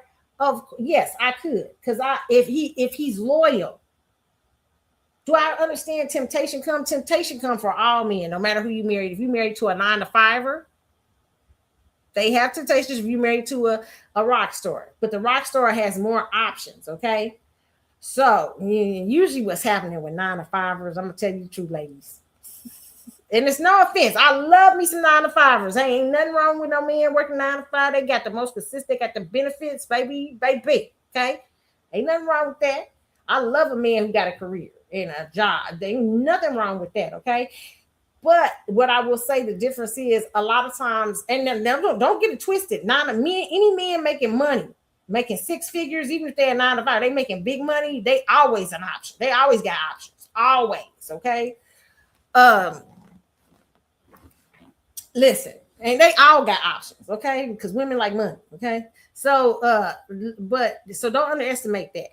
But let me just say this, with rock stars, those men have a whole lot more options. They got a whole lot. So the loyalty you think you might be getting from the 9-to-5 might be because he ain't got no options. You know what I'm saying? He might got a few here and there, but the options he's seeing ain't worth him getting over to going through divorce court and going through all that shit. He got to go through to giving up his shit and stuff like that. You know what I'm saying? It ain't worth. But these rock stars, they a different breed. Okay, this is what you got to think about. That's why I said I could entertain that, but it will be much different than what I'm married to in the situation, my marriage now. The marriage I have now, the person has a career. You know what I'm saying? It's a nice career, but you know what I'm saying? It is not what the rock stars. Rock stars are different. Okay, so I always say to women, you have to see those differences, those rock stars, and it's not that I think about. I don't tell women it's the other women you got to worry about. You got to worry about what type of person that person is. Is that person a person that hoes? If they hoe around, they got a reputation of hoeing around. Like I heard, listen, let me tell you something. I've done heard a lot about these rock stars out in these streets. I heard something that tripped me out. I told y'all this on the show too. This is why I just want you. I'm talking to the married girls out here so they can understand the difference of what they probably got right now. You know, you might be looking at him and he looking fine on that stage. They always look fine on stage, okay? Usher and Chris and all that, okay? But I want y'all to see the logical, maybe this weighs in your head so you can understand this is more than, you don't want to ruin nothing for these dudes who are one-nighters, okay? I heard a story about a rock dude, a star who had at a hotel. I told y'all about this. Well, I ain't gonna say it's a kind of hotel.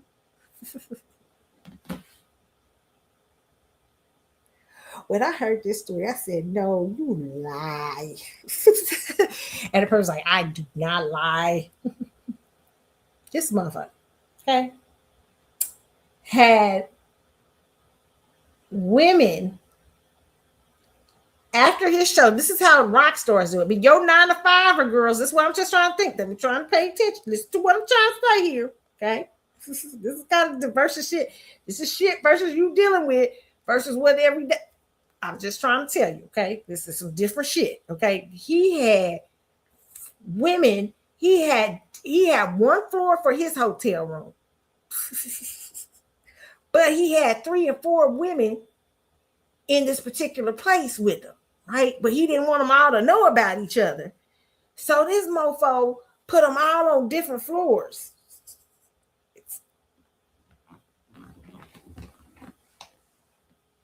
To make them think, so they can think that they all sharing a room with him, but they not. He going to all different.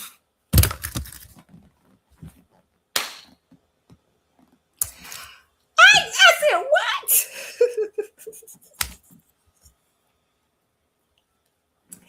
And it was funny because one of my friends was at this particular event. And one of the girls, see how you find out shit? one of the girls was depressed because they figured the mofo was doing some shit, right?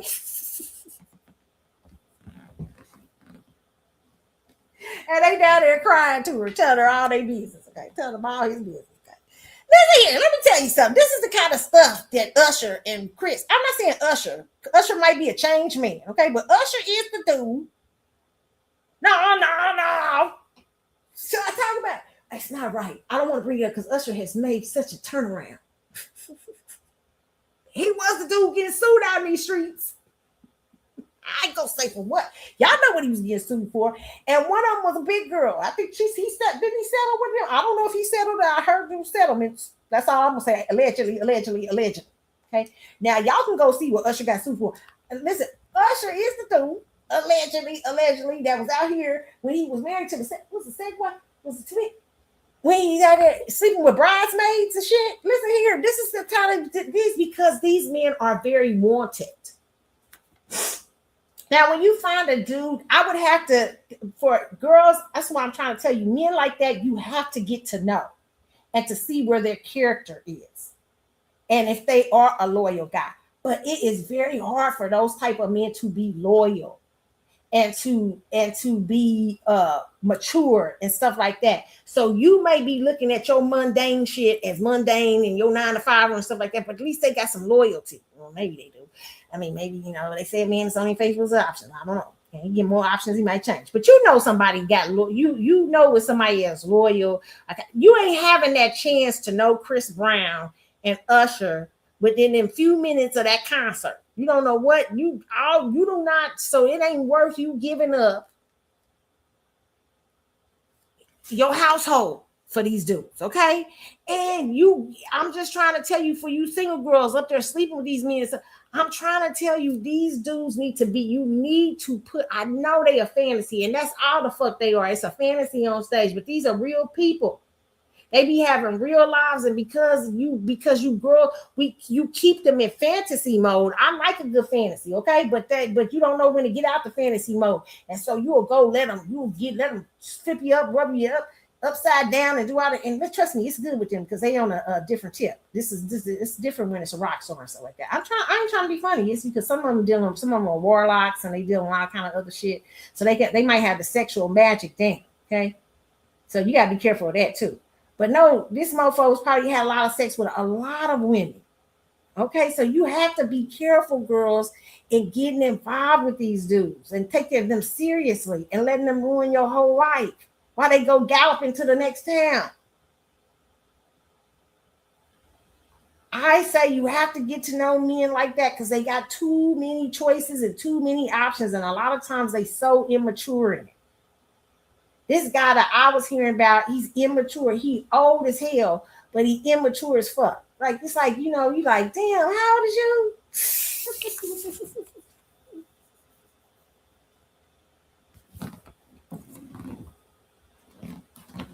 Now, hey, they single, so they do what they want to. Some of them are. But you know what I'm saying? I'm just trying to tell you, girls, this is what you're dealing with when we talking about the R&B rock star out here, okay? These rockers. One city to the next. One city to the next. One city to the next. So don't you go up on that stage and ruin your shit for Usher and Chris Brown. Mofo that's got females up on every floor.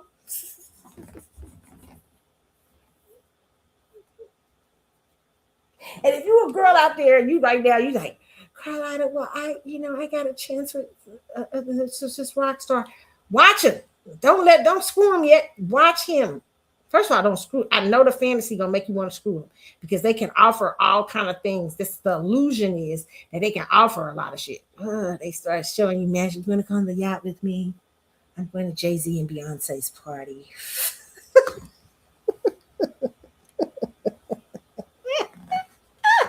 I got a shit you ain't never seen before. You like, what? Yeah, you want to go to the Grammys with me? You're like, well, hell yeah, I want to go to the Grammys. Yeah, I want to go to Beyonce and Jay-Z's party. Okay, but here's the thing. Okay, these dudes, a lot of them, not all of them, don't know how to be loyal. They the worst motherfuckers in history. They will be screwing you and 7 others. It'll be 20 women at that party. They done knocked down. And they had no change. They ain't got no change about themselves. Okay. That's different if you got a guy who's changed and he's trying to get himself together. That's why you got to get to know these type of dudes. I will always give this advice to women. Do not screw rock stars and actors and singers and showbiz guys right away. Please do not. You need to get to know them and see their character. Unless you just want the fantasy. Now, if you some girl that's looking for a one night stand in a fantasy, and you like shit, you gonna put a Chris Brown on your loop or your belt, that's your business. Okay. But I'm telling you and you should be careful of that because women, you still are emotional. So I would tell you to be careful of that because Chris Brown, I saw him up on that stage and I saw what he was doing. He looked like he might operate in some sex magic. Be very careful. Okay. I'm just telling y'all, shit. Some of these, and then the fantasy in your head, women, you already have fantasized. You've already fantasized Chris Brown. So he don't really got to do a lot unless you a hardcore chick. You got to be a certain type of chick that, like, if to get up there with Chris Brown. I mean, I heard a story one time. Nah, I'm gonna tell you, I watched this girl on the internet one time. She was in love with this particular star. Okay, she did. I ain't gonna say because I don't want y'all going to her. Okay, but I'm gonna get off this subject in a minute. We gonna get into some other hot topics. But this girl went to she was so looped in with this dude. She flies to a city where he at thinking he gonna pick her. Listen, you girls are deluded. Thinking he was gonna pick her up. You girls are delusional about some of these rock stars and guys and don't understand. And you get into these fantasies with them. And see, if he would have screwed her, just know you was gonna have a nut on your hands. Okay, because listen, because why? Because the fantasy is already built up around you. And some of them rightfully so. Some of them are their reputations precede them. Okay, but it's a dangerous thing for you girls to wrap these dudes up. The hardcore girls go in there, they can screw and go about their business. No, he gonna be from city to city. Okay, but some of you girls gonna go in there and you gonna think he gonna be my husband. He's not gonna be your husband. Okay. So I just want you girls to understand that some of you girls, you need to get to know these people. You don't need to be risking your whole life and everything and blowing up your whole spot to go on stage with Chris Brown for one fucking night. That is ridiculous and it's stupid. And you need to think logical. And that is the end. Okay. Moving on. I think I've given my speech for today. That should be it's a word too. Okay. Put that up as it's a word. Shit, y'all going on stage, want to screw Chris, want to do these people. I try to tell y'all about these men before. I done told you about these R&B stars and these rock stars and these rappers.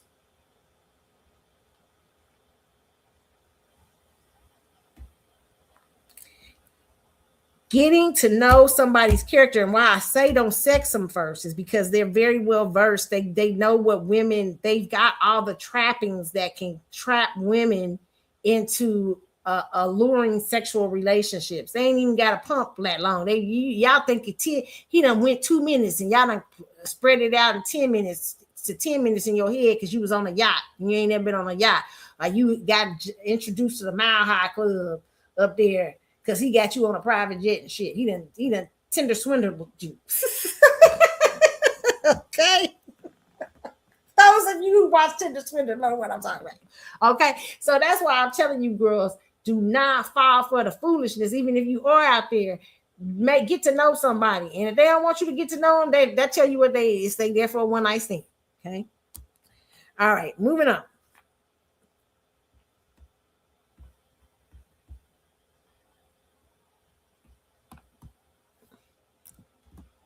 Y'all gotta quit. Y'all gotta be careful out here. That's all I say. You gotta be careful. It's a doggy dog. It's a doggy dog world out here. Okay. All right. Malcolm Jamal Warner's widow files files lawsuit over family trust and prenup. The complaint, filed 1 year after the actor's death, seeks to resolve a dispute involving the Warner family trust and the couple's prenuptial agreement. I found this very interesting. This was on this morning. Hold on, you guys. Hold on just a second, you guys.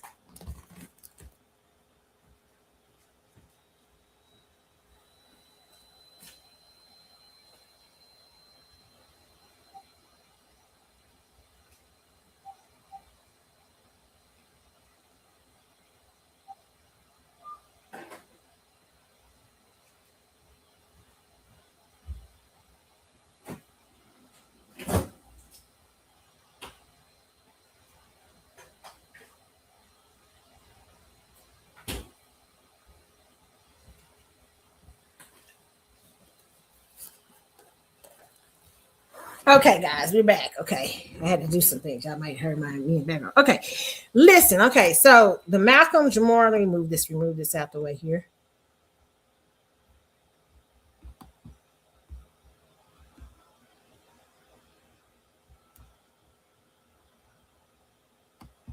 Okay, yeah, but yeah, so the widow of Malcolm Jamal Warner has taken her late husband's family to court, alleging the beloved actor never fulfilled the terms of the prenuptial agreement the couple signed before marrying. The Atlanta Journal Constitution reported that Tanisha Warner filed the lawsuit in DeKalb County Superior Court against the actor's mother, Pamela Warner, seeking to recover money she says she's owed from a family trust. This is from the Grio, too, by the way, thegrio.com. It says, according to AJC, Tanisha lodged a complaint on Monday, exactly 1 year to the day after Warner drowned while on a family vacation in Costa Rica. The actor, best known for playing Theo Huxtable on The Cosby Show, was 54 when he died after being caught in a riptide at a beach where no lifeguards were on duty. At the center of the dispute is the Warner Family Trust, which the actor established in 1996 and for which his mother now serves as a successor trustee. As reported by the AJC, Tanisha's complaint contends that Warner was contractually obligated under their prenuptial agreement to provide for her, and those obligations went unsatisfied at the time of his death, leaving her to pursue the estate as a creditor to recover what she claims she's entitled to. This is a very interesting case, okay? Very interesting. And I'm going to tell y'all why I think it's interesting. Now, lawyers, y'all come in. I'm not no lawyer, but I'm just going to tell you what I think, okay? But it says, according to court filings, Tanisha claims that Malcolm Jamara, who allegedly earned an estimated $680,000 a year. Damn, wow, he was earning that, and had an estimated net worth at the time of death of $3.4 million. Was obligated per prenup to secure a $1 million life insurance policy, naming her as sole beneficiary. Okay, did he do that? That's very interesting. And pay her $5,000 a month as his chief of staff, give her $16,000 a year on their anniversary, fund a tax-free retirement account for her, and maintain college funds for their children. According to the suit, several of those agreements weren't met at the time of his death. The suit also attempts to block Pamela Warner from distributing trust property until the dispute is resolved. Warner and Tanisha, a doctor of psychology, married in 2017 after years together and share a young daughter. Okay, I want you to hear she was with him for years.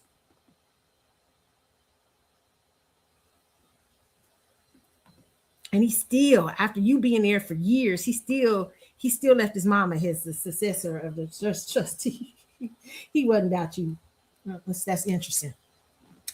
It's very interesting. I'm just wondering. He still didn't leave you. He still didn't put you as the spouse on there, as the successor of his thing. He kept his mama there.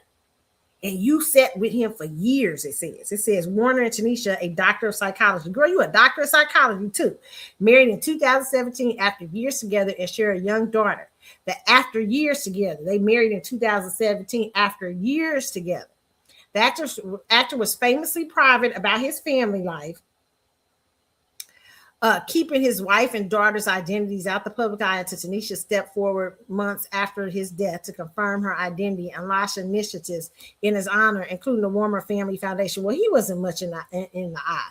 The AJC noted that attempts to reach Pamela Warner, a California resident, were unsuccessful, and that attorneys for Tanisha did not respond to inquiries about the case. The legal action marks a somber turn for a family that spent the past year publicly grieving one of television's recognizable figures. Okay.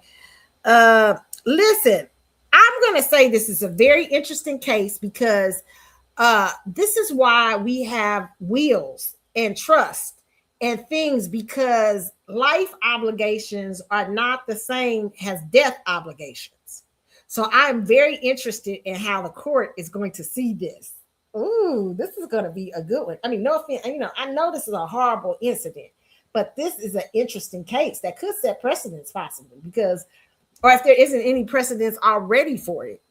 The $1 million life insurance, he just, listen, this is my personal belief on this. I don't know. I could be wrong. Lawyers, you tell me. every lawyer, good lawyers worth they salt can argue either side.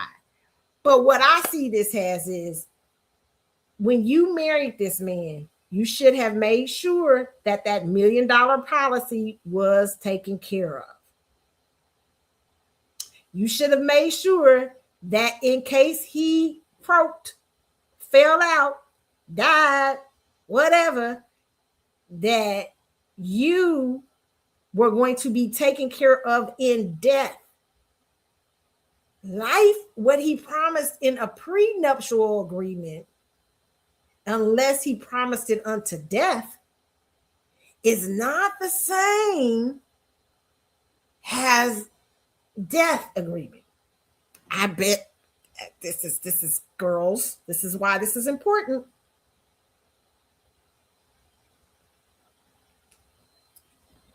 And this I see in a lot of celebrity men. Celebrity men can do this. I talk about celebrity men a lot on here because I've read various stories, heard different things. It's interesting. Okay. I just think you have to be very smart to be in a marriage that is celebrity. You have to be very wise. You have to be what what's her name talked about. And listen, I think of men who are celebrities deserve to have a woman who is wise and smart. All men do. Men who are worth their salt.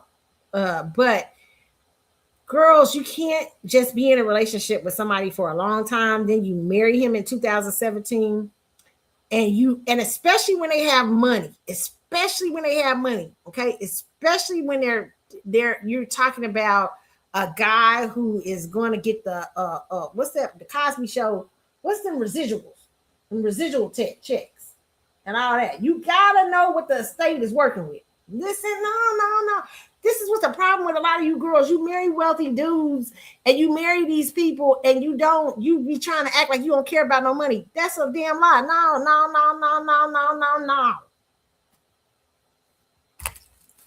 Yeah, it's a difference when you ain't dealing with no money. You know what I'm saying? But even when you ain't dealing with money, you gotta still know you got a life insurance policy. I mean, in case something happens, can I bury your ass? You know what I'm saying? Stuff like that. You know what I'm saying? And if I can't bury your ass, am I gonna have to do a GoFundMe? At least you know what I'm saying. You still gotta know in some ways what the shit's going on. It's hard with black families because black families be having so much money. But when a dude, when you ain't broke or when you ain't poor, and when the men got money, like Malcolm Jamal Warner, and they got a nice Cosby Show check, and they making a $680,000 for a year, you girls, let me tell you something. A lot of you girls think you can marry these type of men, or men that make a lot of money, but you can't and not be smart. Like Kimora, I appreciate Kimora. Let me say Kimora. Kimora told a story about Russell, and she talked about how she was about to marry him and they was doing a prenup, and she said she felt funny about it because she's a smart girl, and she said she called Ivana Trump, and Ivana Trump talking about, oh no, you got to have your own lawyers. Let me call up some of my people to help you out. And she said how it became a much more different negotiation when she no longer used Russell's lawyers. Why? Because he thought he was marrying a lot. He thought he was hitting the lick. And Kimora said, bitch, you ain't hitting the lick. Okay, I'm about to give up my youth and my womb. Nah, I ain't gonna be hitting no licks. You ain't hitting a young girl lick. I called up an old gal who know how to roll, and she gave me the score. And that's why she said she did. And I said, smart girl, when she told that story. Woo. A lot of you girls want to marry these type of dudes, and you don't know how to be smart. Listen, I'm trying to tell you, listen, his mama, you didn't even know. Did you even know he made his mama here you bear a child? I just don't know.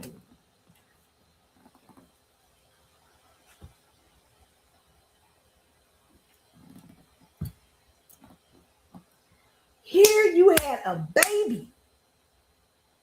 That's why I want girls. That's why I want us to. I want women to stop thinking all the time in Eros love. You so wrapped up. you know, the penis is like Calgon. You wrapped up all day. Oh, you know, he's the guy for me. Oh, it's Malcolm Jamal Warner. No offense, I'm with God rest his soul. It's Malcolm, and he's the sweetest guy, like the Cosby Show. All these things, but you ain't checking for his shit. The moment you get married, Nick, excuse me, hello, sir. Mama's still running. You need to change that if we're gonna be married. We got a child. Well, now you know. See, well, I want my mama to stay ahead of it. Well, then you need to make plans that I am taking care of right now. We need to go to the lawyer right now and set that shit up right now. And you cannot change it without my knowledge. But you need to set this up. If she did not do that, that's going to be your fault, sweetie. My personal opinion is the court should not grant you anything, because that was to my personal opinion, and I could be wrong, but that's why I say she got a lawyer, and that's why she's suing. Lawyers can turn things around. My personal opinion that's why you have in marriage, getting married to someone, most of the time it guarantees you to get the privileges in most states of death. In most states, like if the husband dies and you know whatever his estate is worth, you usually take over the estate. But in terms of wealthy men, that does not have to be the case, because they often do a lot of different other things. They may have other people they feel are better suited, maybe the lawyer, or maybe this person, or maybe that. So your contract as a marriage partner becomes very different. That's what I want you guys to understand. Marriage is a life obligation. That's why they even tell you, even when you're married to somebody, because in certain states, you can have kids who come to say, I get a precedence over the estate than my mother. It just depends on the state. Death obligations are different from life obligations.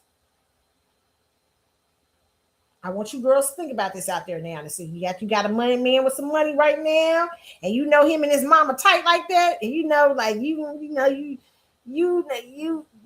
that you might not be the successor of the will. You better start putting that. You better have the insurance policy wrapped up.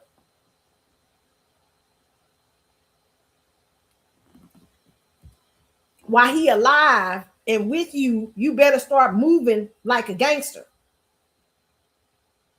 Especially if you know he a mama's boy. This is Malcolm, obviously like his mom. He obviously something about his wife he didn't feel too kosher on. So he left the wife, he left the mama the successor of his state. Or maybe he just never had time to change it. But that again, that is bad for a woman that you're married, a man that you were sitting around waiting with for years. They said she was with him for years. You was waiting for his ass for years. He marries you and then forget to take his mama off the trustee. No offense to Malcolm. Maybe he meant to take his mom, keep his mama on there. I'm thinking he meant to, because I know how he seemed like he was a guy that was very close to his mom.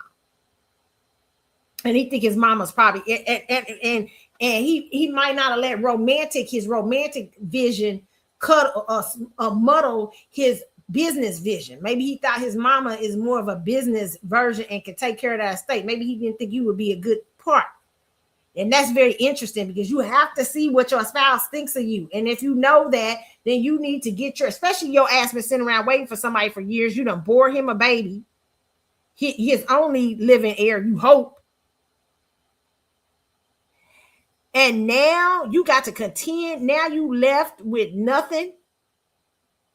Now you got to go to court. You got to pay some lawyer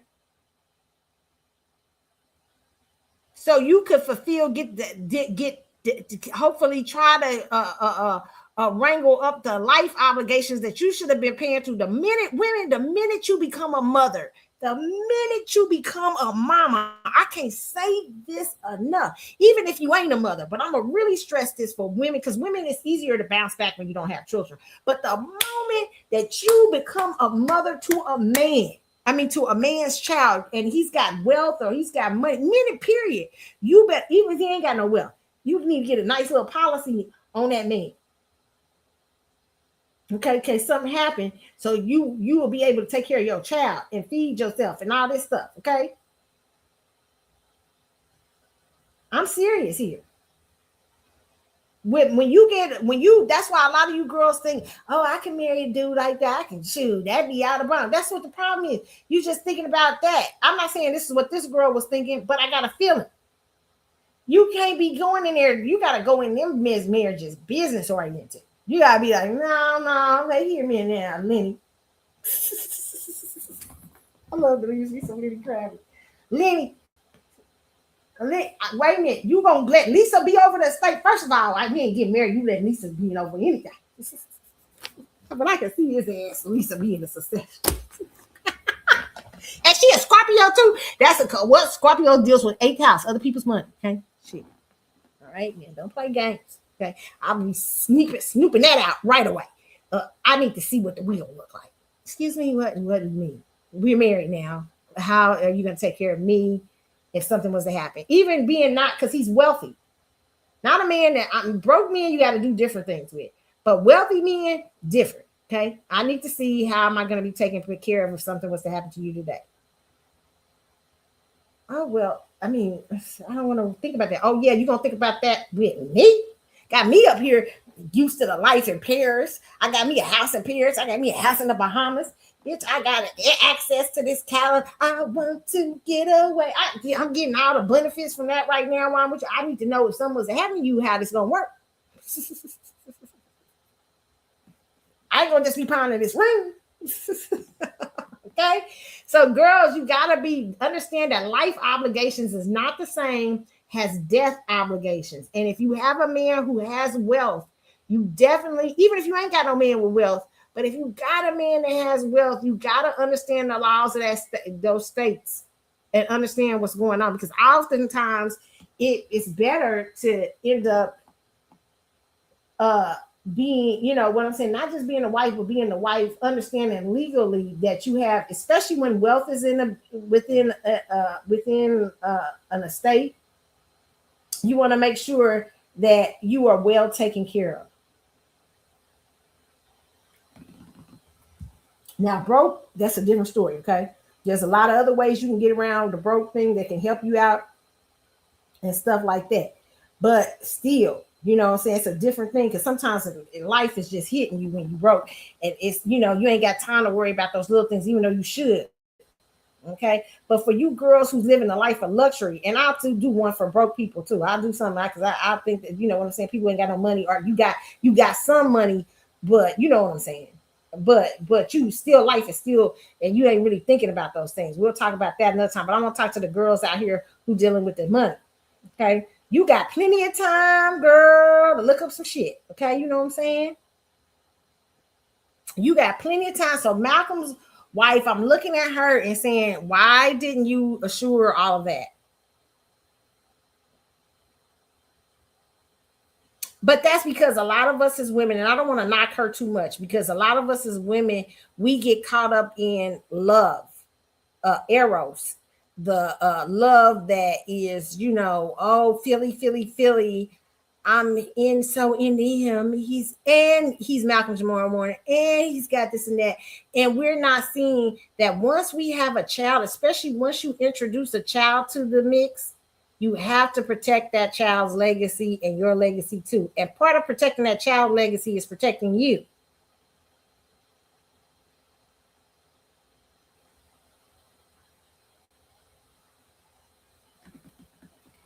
But now you got to be messy and sue this man's mama in the estate because you didn't do business when he was alive. So for you girls out there, and you know the mama is a possible contender for the wheel. Because y'all know some of some of the mamas is y'all competition.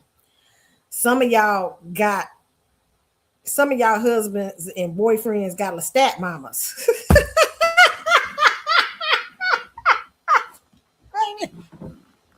Y'all like, Carlotta, what you talking about? Have y'all been watching Lestat?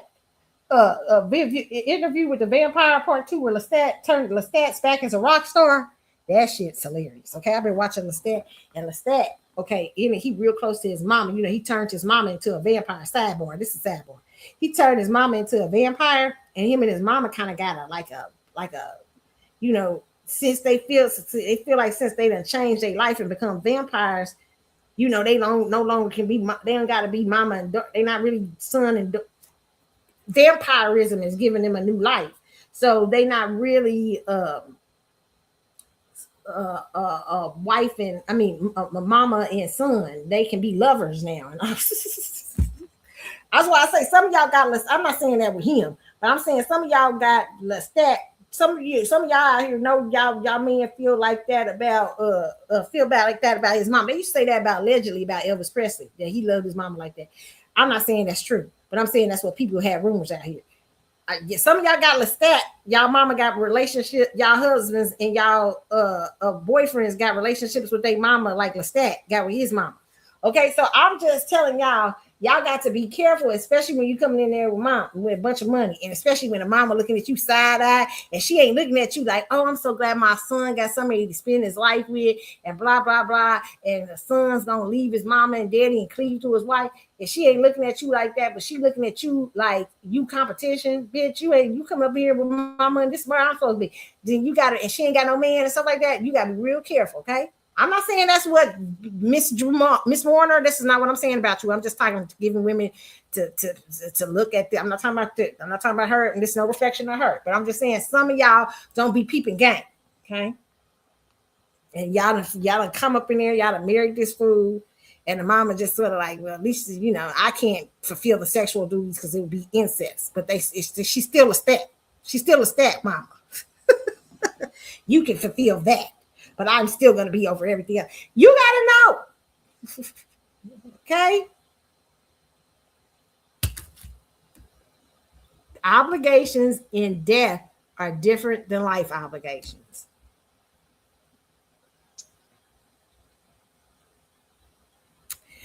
Now, this lady said something I thought was so interesting. I'm only going to play a little of her. You guys can go see it. Fair use when I do play some of these things on here because we're doing it for educational purposes. But Felicia Furry, I really like her. She had a really good thing that she said about Chloe Bailey's next era. And this is how she would do it. I really like this girl to go over there and listen to her what she's saying. Very good. I mean, she's really good. I like her things. But I'm gonna play a little bit so you guys can hear what she said. But I thought this was really good. Hold on.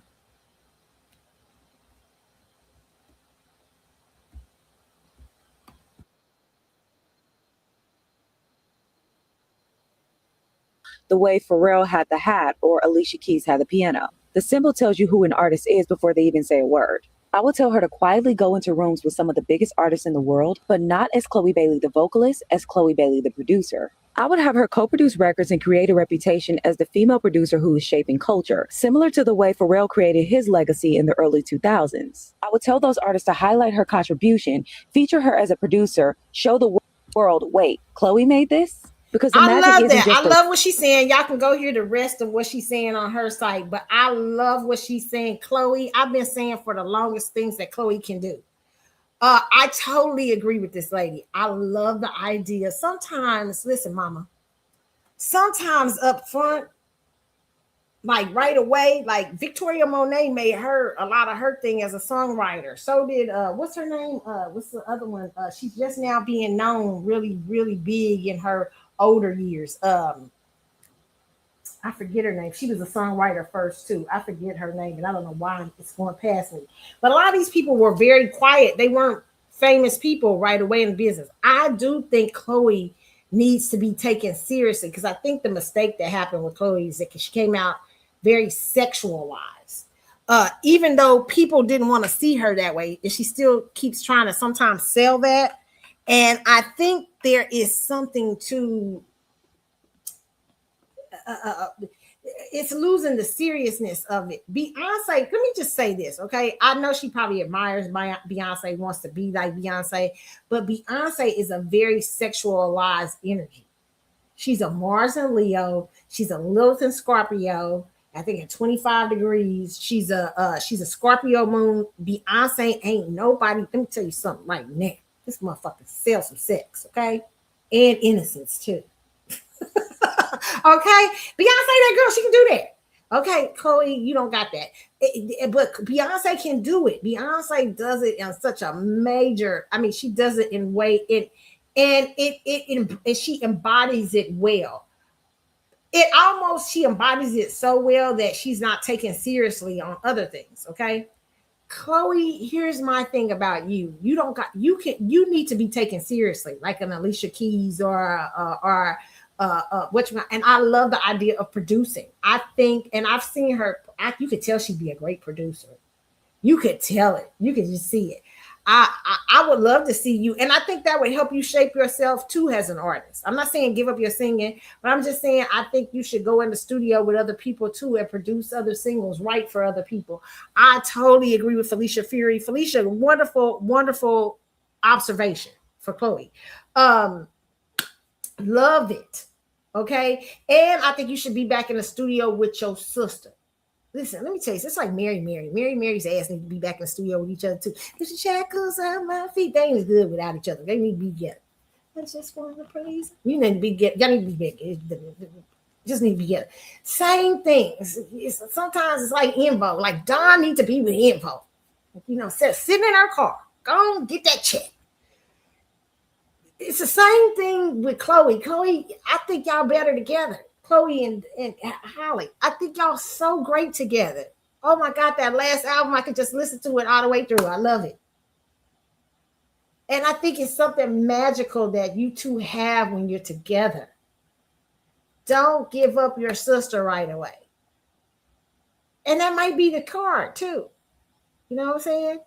And then eventually, maybe in the later years, you can do a solo, right?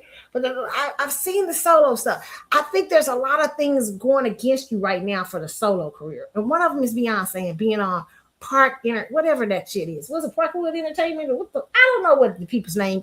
Beyonce can't help herself. She's still very competitive. She don't want to be. She looked like she want to be depressed, but then she looked like she want to be competitive. You know what I'm saying? It's just you don't know what's going on there. And my thing is, you and your sister both need to find another record company, another management company and record company. And really, I would go for somebody who can healthily compete with them and who has a healthy vision, a strong vision for your future. And they will put you two as together, okay? That sees you and Haley has a good thing. But I think right now, I wouldn't try to do another solo album, okay? I think that you do need to work in the production part of it. You need to be more working with your sister. You need to be away from the Carter brand. Anything that has to do with the Carters, thank them for their services, but move on, okay? And I would try to go to a bigger conglomerate to help me, because you got to be able to stand against that, whatever they got out there, that woo-joo woo-boo. I don't know what they're doing out there, but you got to be able to stand against I don't know if it's Live Nation, whatever. You need something like maybe a Sony or somebody else that's who can partner with you and be able to help you through that transition, and where you can do it healthy and you won't get lost in the sauce. Okay. All right. I totally agree with her. All right, next thing.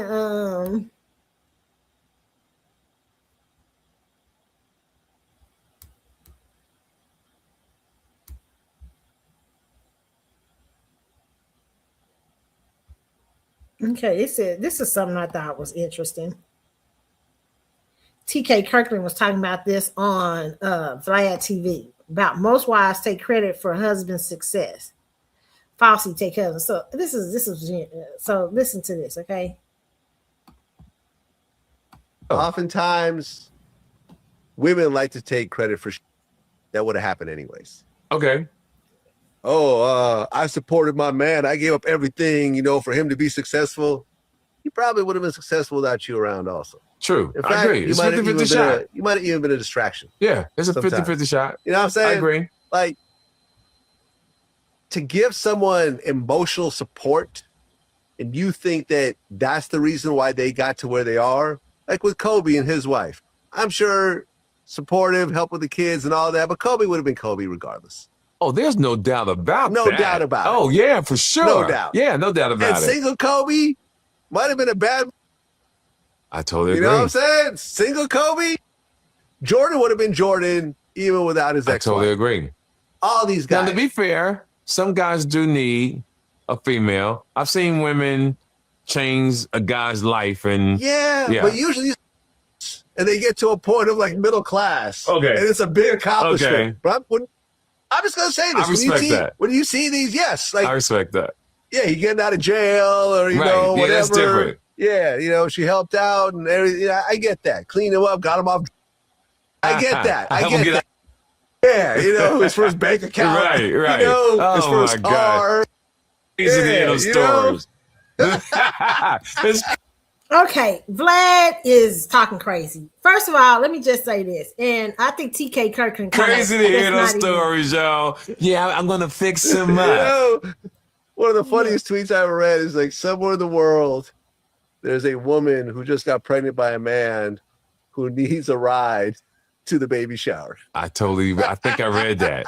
It's so Who's gonna need a ride to the baby Isn't shower? that something? Yeah, I do agree that some women do take on projects. Okay, probably mostly Virgo women. I'm just kidding, Virgos. Okay, but listen. No, but listen, most of these successful men, the Jeff Bezos is but the stats speak for themselves, Vlad, and it talks about married men being more successful than.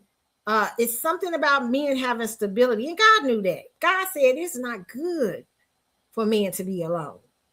Now, certain men it is. It depends on what you're trying to do. You know, even Paul said, being alone, you don't have any shackles. You can do this and that. But God's first thing for men was, it's not good. Let me build you a helpmeet, a person who can help you with the other things that may come in life, with the emotional, and and I think that's why TK was laughing, but he wasn't laughing. Because TK is usually pretty smart. I like some of the stuff TK says. And he can be fair even if I disagree with him. But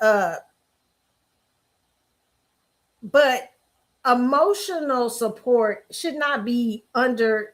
If you are Vlad's wife right now, you heard that, I would not be laughing so much, because that means he think, I don't really need you. I don't really need what you got. You just a part. You just this and that. I mean, listen, it doesn't mean that a woman, you wouldn't have been something great without a woman. But it means that the woman has brought something significantly more powerful and different to you. Now, some women, depends on your marriage and your relationships. Depends on the woman. Sometimes people marry wrong. Even if they love each other, I've seen people who love each other, but they've been disasters for each other. It's like not being good. The one person wants to go one way, the other person wants to go other way. And the Bible says a man who is double-minded is unstable in all his ways. And that's a couple. You're supposed to be one, but if you're unstable, one person's thinking one way, one people, it's gonna be a mess. I just tell you that right now. So, and that happens sometimes in different courses during marriages. And sometimes marriages heal from it, sometimes they don't. But a woman who is there for you, who is, no matter what point she comes, and she's healthy for your relationship, and she's healthy, they definitely make a man better.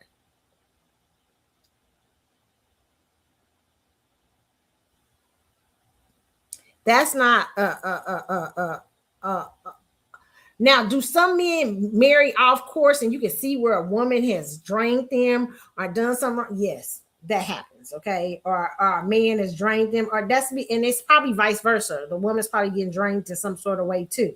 You see where couples drain each other. Yes, you do see that. But when it's real, when a couple comes together, when a woman's providing emotional support, different things, because all day long, men, if you even in business and you really doing this and you doing that and you doing this, and you come home to a spouse that you can share things with, and you know you can trust them, and you know they can give you sound advice that is spiritual and uplifting and smart. You know, not only do you got a wife that is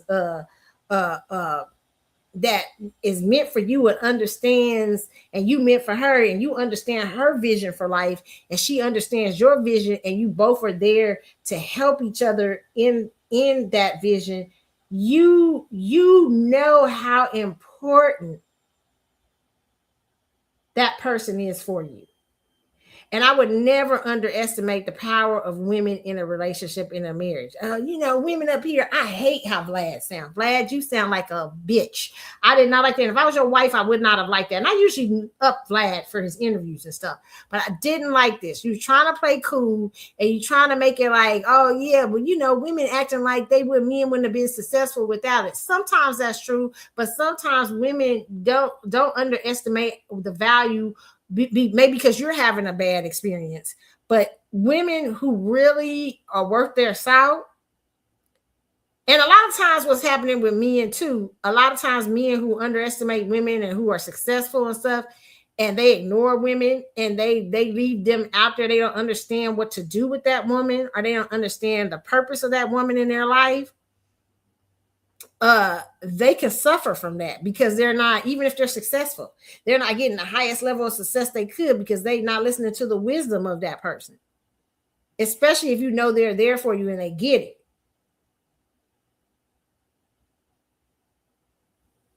So don't underestimate a woman's value. There's been a lot of that. Do women falsely take credit for their man's success? It's not taking credit. It's that it's clear that women are to be a help to the vision of their husband, and the husbands help them with their visions in life.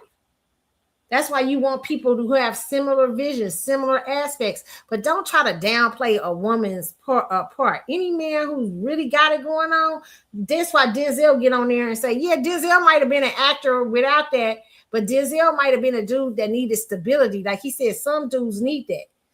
A lot of men need that. A lot of men come home and they want some stability. That's why if you even read the stats about what happens when men, I learned this years ago when I was at ORU, when women die early, men usually either get married real fast or they sometimes follow behind, because the wives present a certain amount of structure to your household and your things, especially if you have a family. Okay. Even when women who don't have children, they present, there is a big difference when a woman is gone. Yes, you can do, your life can go on and all that stuff like that, but never underestimate the power of the helpmeet.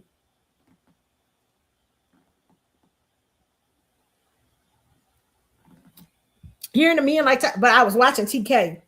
He was laughing with him and everything, but he wasn't agreeing with him all the way. He was like, yeah, okay, like, because it really showed something about you. It really showed it showed that you don't believe your wife has invested anything in your success, and you think it's all about you. Even if you married her and got kids, if I was his wife hearing that and I had children, I'd be really questioning him in the relationship, no matter how much money he got. Because he don't think you that valuable. He think I'm gonna be what I'm gonna do without it. Everybody brings something to the table in your life. I saw when I was at on Maxwell's cruise, Kim came out, and Kim was just awesomeness. Okay. But he had a part in his show where he was talking about when the right woman comes into your life, she's not going to be, when you got the right woman, she's going to be able to tell you about yourself without telling in the way you need to hear it.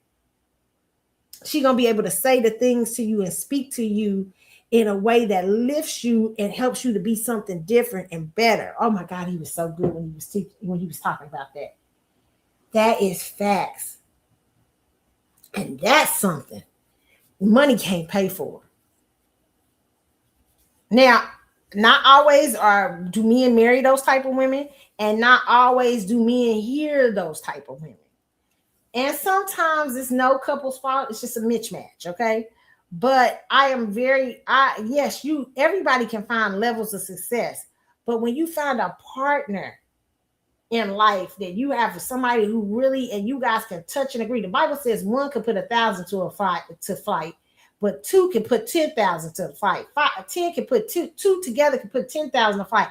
four together with 8,000. I mean 18,000 fight. I mean it's nothing like when you have successful partnerships, and that includes marriages too. When you have a successful union, walking as one, and that person's in agreement with you. You're not gonna always be in agreement, but you can agree to agree and walk most of the time in agreement and in power of the basic things. How powerful. So I disagree with that. I didn't like what he did there. I really didn't like it.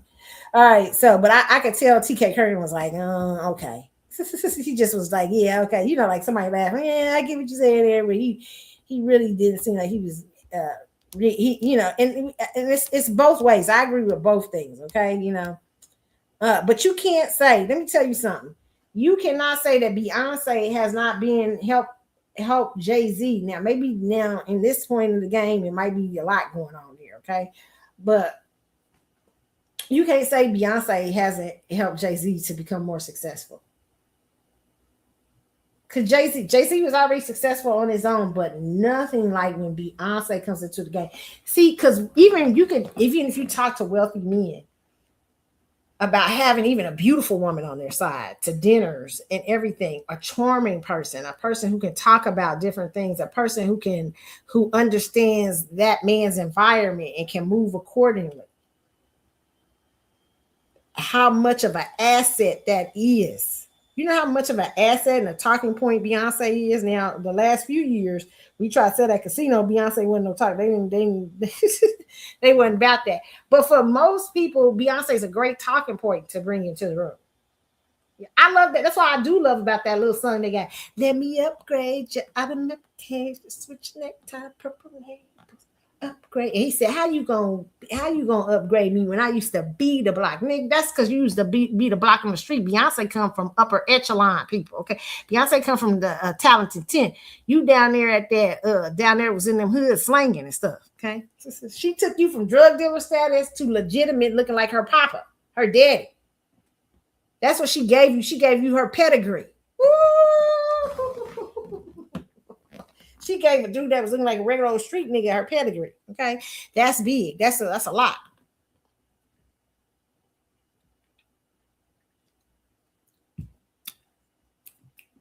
And he stepped up to the plate. He stepped up to the plate, but I don't think he would have got that same thing without her. He would have been successful, yes, but I don't think he would have been people don't look at Jay-Z as a drug dealer. They don't look at him like that. They look at Jay-Z as a businessman now. Partly because of Beyonce's pedigree.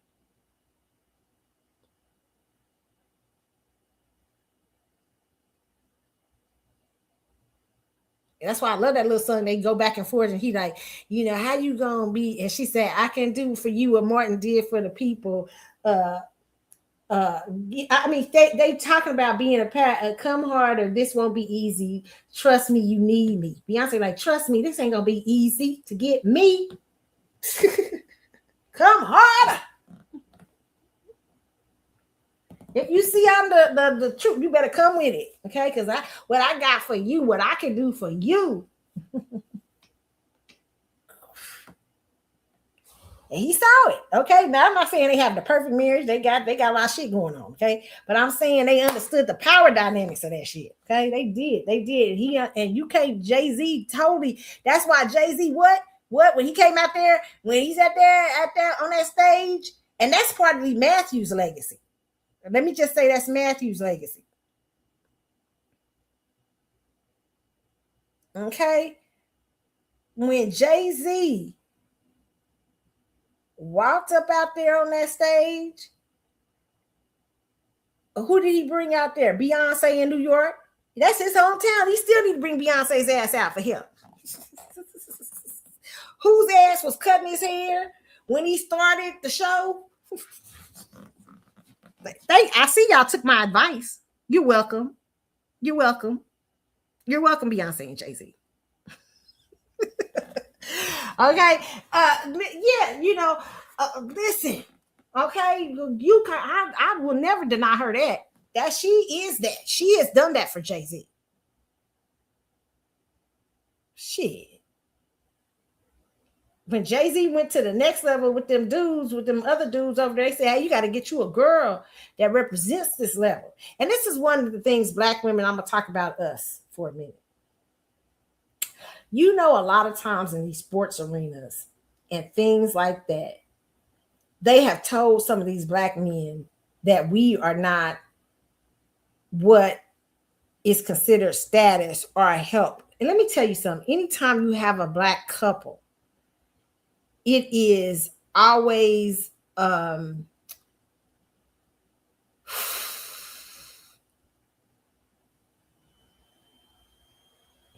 it is always a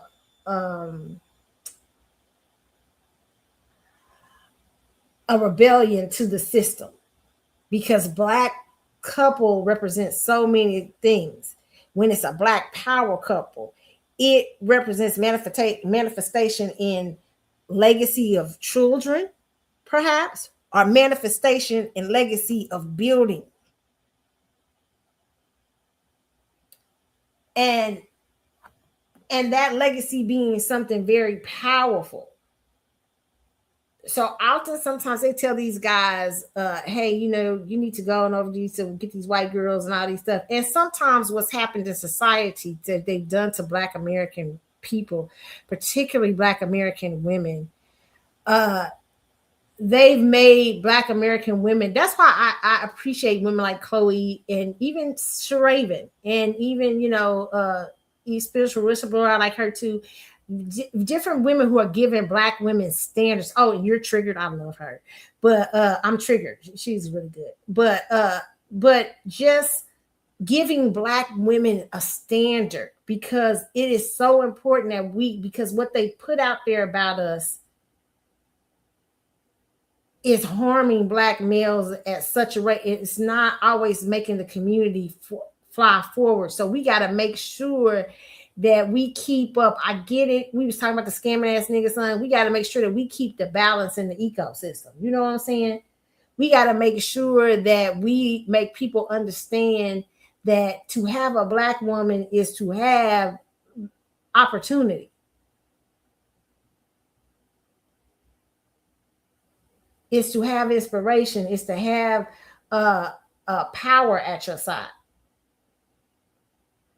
And understanding our femininity and balancing our masculinity with our masculinity as well. And understanding who we are in society. Because men, let me tell you this, especially men in the manospheres and women in the womospheres. All women are not going to be. I heard some man the other day with his dumb, this is a men that lack understanding. And I just don't want, he was saying, women supposed to be quiet. Then he gave some sort of thing about Timothy. First Timothy, he only read half the scripture. He didn't read all of it and what Paul was talking about during that time and everything like that. But also the Bible also has women who were not the traditional women that were supposed to be quiet in the church and all this stuff. There were women like Deborah in the Old Testament. They were women like the woman who goes to who does the burial for Jesus, who comes out of Mary Magdalene. You have non-traditional women all throughout the Bible.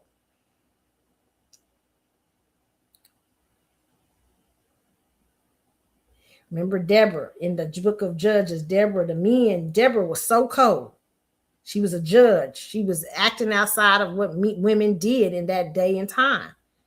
And they say Deborah was a bad girl. Deborah was so cold. The men, when she told them they could go to war and beat these things, they were scared to go. She said, she's like, they wanted Deborah to go with them. She said, like, listen, I'm a woman. So if I go to war with you, if I go out there in these streets to fight, if I go out there with you, I'm going to give the victory to a woman. I'm gonna make sure the victory goes to a woman. We're gonna make sure God gonna get she didn't say it. God said it. God said if Deborah has to go out there with you, you're gonna get the victory gonna go to a woman. And the victory for that war went to a woman. It was a woman who went in to do what the men couldn't do. They couldn't kill the king. I forget what the king of the other biblical thing. They couldn't kill him, but a woman in her, seduced the king to sleep. Gave him some, I forget how it went. Gave him some warm milk or something. And while he was asleep, she took that nail and drove it into his head. Ain't nothing like a woman assassin. Be careful when you're telling women to be quiet. Just be quiet. Because some women are not. All women are not that. All women, there are some women who are there. You got to recognize when you're dealing with a Deborah and when you're dealing with Esther. And when you dealing with a Mary Magdalene, or when you dealing with the traditional wife like Mary in the Bible, Jesus's mother. There are different versions of women, and you'd be dumb to not understand which ones you got. Okay, so listen. Women can be very powerful. Travis Kelce, understand that? That's why Travis Kelce out here in these streets with Taylor Swift. Let me tell you something on this, okay? This is my personal belief. No offense, Kayla Nicole. I love me Kayla Nicole. Kayla Nicole's a Scorpio. Shout out to Kayla Nicole. But Kayla Nicole, I think Kayla Nicole would have still been with Travis Kelce. This is my personal opinion. I think he really, I don't know what went wrong. The only thing I don't like about you, Travis, is how you done switched up. But you just being yourself, I guess, now. But here, and if you couldn't be yourself with her, then it wasn't no sense to playing or whatever. But what I really think is because Kayla was not showing her how powerful she was in that relationship. So sometimes with Scorpios, they tend to get wrapped up into the relationship, and they don't get into they lose their own power dynamics. In some ways, Kayla was doing certain things, but I think she was too much Travis. And not enough moving. Like if she would have been doing what she was doing, in my personal opinion, hosting that BET's thing, using Travis at that time, shit, jumping off his ass, you know what I'm saying? Because he had fame and stuff like that. Because Taylor Swift gonna present is her own set of problems, Travis. You know, because it's hard for really well-to-do women, but he is a Libra male. He might be able to deal with it a little bit more. But she would have been hosting BET Awards, doing little stuff at the ESPYs, interviewing people, working and stuff like that while she was with Travis. I definitely think they still be together. I think that there was an imbalance there. That's just my personal opinion, okay? And she may have been looking too much in his there. I don't know. Because here's the interesting thing I saw. I don't know why I'm getting into this, but I saw that people were talking about how she made that song Opalite, and one of those songs she was talking about Kayla Nicole being allegedly Kayla Nicole being on her phone. But what do you think you're gonna be? You getting ready to be a billionaire twice over? It's gonna be interesting. Okay. Their relationship gonna be it's gonna be very interesting. So yeah, but it's not to say that women can't give you a powerful support system. Okay. Beyonce definitely did that for Jay-Z, and Jay-Z did what very few men, in my personal opinion, are able to do when a woman, because when he met Beyonce, she was coming to the top of her career. And he was at the top of rap, but that means something very different from what Beyonce was into, okay? So Jay-Z was able to step up with Live Nation behind his back. He went and acquired the right woman to give him that power dynamic. Not only just her pedigree, she gave him her pedigree too. I think now people ask me, what do I think is wrong in Jay-Z and Beyonce relationship? What is my personal opinion in that? Why would Jay-Z sometimes famous men, like I said, famous men got a cheating thing. But there's a couple of things I think that could be going on there. Beyonce is not using her intelligence in the way that she should be, or she's not as strong intelligent-wise or something like that. And Jay-Z is a Sag, and Sages are very intellectual. They can be very intellectual and sanctimonious at times, religious, very. So it's very important to have the deep side of yourself with being a Sagittarius, okay? Beyonce may be having all the sexy vibes and stuff like that, but maybe there's something in her that falls flat. I'm not sure. Okay. But it also, I think with Beyonce, there is this thing of that repeating my family traditions. I understand that. We do that sometimes. It's repeating the generational curse. Beyonce, you're not Tina. You far from Tina. As a matter of fact, I would say Beyonce is a Deborah and doesn't recognize she's a Deborah. And she tried to be an Esther for this guy. And now she's finding out, like, whoa, maybe I should have been that for myself, the hero for myself. Which is hard, because if you take on that energy, then you have to find a guy who can sit with that energy. So yeah, I think that's the struggle probably for her right now. I think there is a struggle of realizing that there is a deeper thing in me. I am deeper. Maybe I am a little deeper. Or maybe realizing she's not that deep, and this is what her husband's not. Maybe that's what some people I've heard say, that not attracted to that. I don't know, but I think that a woman. Let me tell you something, girls. You have to build up your intelligence factor. Always never be scared to have your intelligence, your brain powered. I mean, understanding things, knowing things. That is part of how you sell yourself in the world. Being able to communicate and being able to stand on your own. It's a beautiful thing. And so, yeah, I think that might be a little bit too with the Beyonce thing. Maybe the trouble people y'all see brewing. I don't know. But what I will say is that she did definitely give her pedigree. That is what she did. And really a lot of herself. She really prepares, even though Beyonce shows up on stage very sexual, very sexy, very sensual. Y'all don't tend to think of her as that, because she's every bit of comes off this traditionalism, as a traditional wife in some senses, even though she's not. But I think Beyonce has given a lot of things that were supposed to be reserved for her to him. And that's another thing too. You guys have to understand and balance in that scale. But yeah, but women can definitely women can be that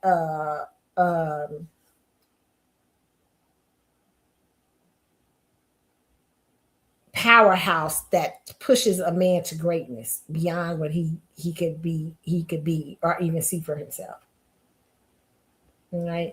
And it's nothing more frustrating, because I've had women who I know who've gotten behind men and they got married, and I've had friends who be like, girl, I be like, what? It'd be like, girl, he don't listen to what I say. This is, and they be right. The women be right. And the men just won't listen. They be doing all kind of other stuff. They be taking them around the boot 20 times and stuff like that, to finally somebody come through and tell them what the woman been saying the whole time. And they'll be like, oh yeah, but it be like it done took them 10 years to figure that out, or 5 years. And you see women at that point wore out. They won't even give you nothing no more. They won't tell you nothing no more. You guys, you have to be aware. Men, understand what you got in your wife. You got to understand, or your partner, your significant partner. You got to understand what they come to the table with. And does that fit you? Because you got to be able to trust her enough if you're going to marry her or partner with her. You're going to have to be able to trust her enough and not laugh at her like Vlad just did, that he was giving me, laughing like, what do these women be talking about, these men? This and that. No, you got to be able to give her props. So you need to be able to, you can't think of her as just, she's just something part of me. I would have been great without her. Yeah, you probably would have. But you got to respect the greatness that she does bring in the room. And you need to understand what that is. And you need to be able to understand when that's not your greatness. When you like, she's a nice girl, I like her, she's all this and that, but I don't think she works for what I got. She was good on paper, but it don't fit what I need. But the part of the greatness of a man, when he finds a good thing, is understanding who that person is and what she can give to them. And that's not necessarily money. That's way more than valuable than money. And you in return, as a man, usually I always laugh about, I was just reading the other day, Genesis, I was looking back at Genesis, and it said when the man created the woman, everything was already prepared for her when she come into the garden. Everything was taken care of. She had to worry about nothing. That she just had a lot of time on her hands. Shit. You know what I'm saying? And so that's how she got into it with the person, right?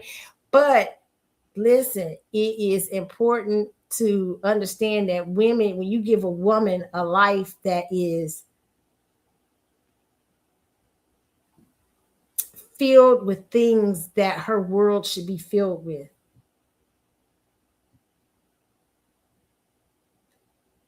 you'll get the best, usually. Okay. All right, you guys. So that is the end of the show. I'm gonna come back. Oh Lord, I did want to talk about wait a minute, huh? Okay, I did want to talk about this story before I go. Okay. I don't know if I talked about this last week. I'm not sure. I don't know. Okay. This was a story, and this is where I'm gonna end. This is gonna be our last story today, okay? But there is this woman who was, let me let me share this with y'all.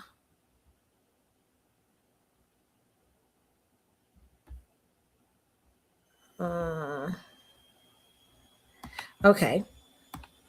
This is from World Star. It says homeless woman who received $50,000 from generous strangers to rebuild her life, gives it all to her kid's father, and says she's right back where she started. Okay. To the side and be Your girl is broke again. Yep. After the GoFundMe hit $50,000, I was not ready to deal with the shame of being a single mom, so I took that man back. But y'all already knew that part because I posted that video. But what y'all didn't know is he manipulated me out of $1,000 before I was actually ready to let go. But that's my fault. That's what you get when you disobey God. Baby, he provided me a clean way out. I could have been healing in Cabo right now. But I decided to listen to lies again. And when I tell you I'm paying for it, oh baby, I'm paying for it. And it's almost like the enemy want me to believe that was my last blessing. Like my mind literally been tormented every single day. I've been having to cast down thoughts like God hates me. He's done with me, and he just doesn't love me anymore. And even though I made a foolish mistake, I feel like I am spiritually mature enough to know that God is literally never going to feel like that towards me. Because in the Bible it says he'll never leave or forsake you. I don't know. Comment down below what y'all think about that. Okay, y'all, I'm finna put my I've been going through a lot just coupled with the fact that I took that big of an L. But some nice lady paid for my food that was in front of me today. So I decided to pay it forward and actually give back to people that appreciate But it. first I had to pawn these shoes. And it's not wrong because I bought. And shout out to my girl Nisha because she was a listening ear when I needed it, okay? It ain't like I pawned it and went by dope. I went by some pieces to give away to the homeless. Because even though I don't really have much and money a little funny right now that negative energy is really out of my life, I want to start back doing the stuff that I actually like doing before I let it in. the stuff that I should have been doing when I've got the money. And when I tell you it feels so good to get out there and make some people's pound today, baby, I don't care if I gotta do it. I'm finna make this a habit because I literally forgot how much I loved it. Anyways, Okay, so y'all seeing this situation. And listen.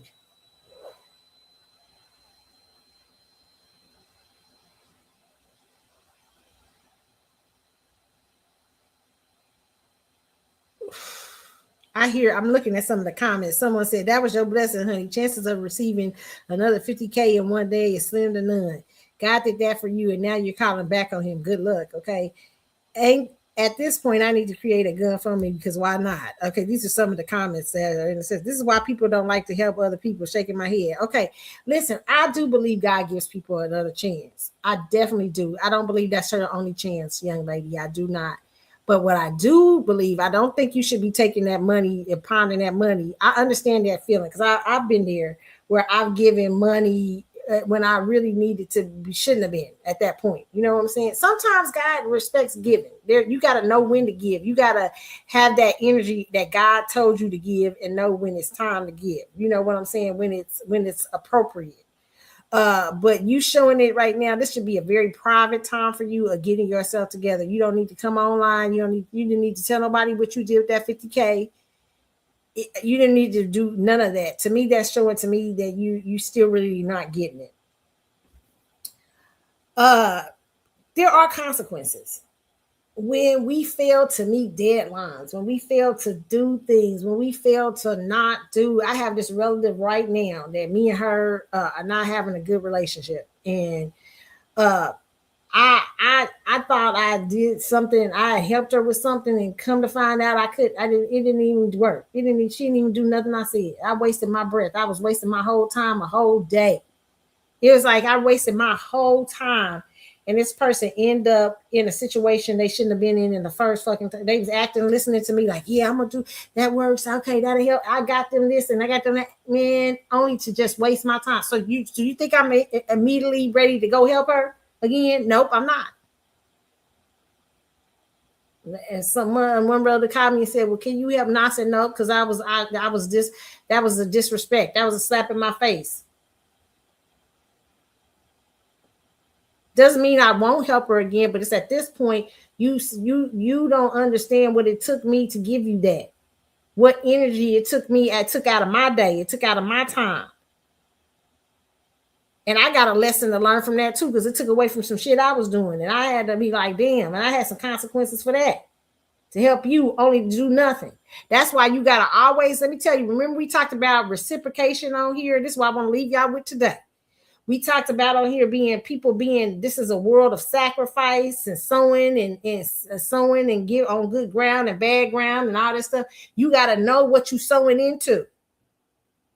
Because sometimes people don't produce to you. When you sow into something to see. I was expecting this young lady to get the results that I had sowed, and I was expecting to get back something from her, seeing her flourish and stuff, only to see her not listen to what I say, do whatever else did, and get in the same trouble anyway. And I received bad seed. I knew it was bad ground. But I'm sitting up there talking about, well, maybe let me give her another chance. Now let's go get in. Listen, God is merciful, but this world is harsh.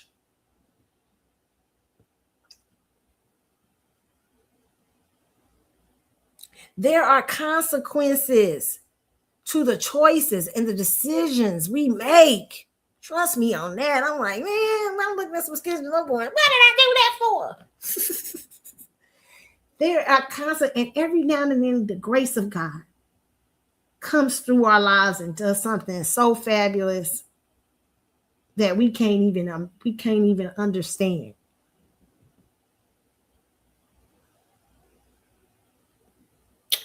But this young lady, that 50K, ma'am, that you gave, that you know you got babies, and you let a man come in and swindle you out of 50K, that woman is right. It's hard. It's less likely that you will ever get 50K in a day. But God is good. With God, with men, there's a lot of things that's impossible. With God, all things are possible. But the thing is now that you get the lesson and that you get mature. You don't need to be on the internet showing people giving away pizzas and pounding your shoes, because all people doing is looking at you going, oh, look at this shit. So you don't need to do that. This really needs to be doing the work. Ooh, I talked about it yesterday. I was talking to a friend of mine about desire.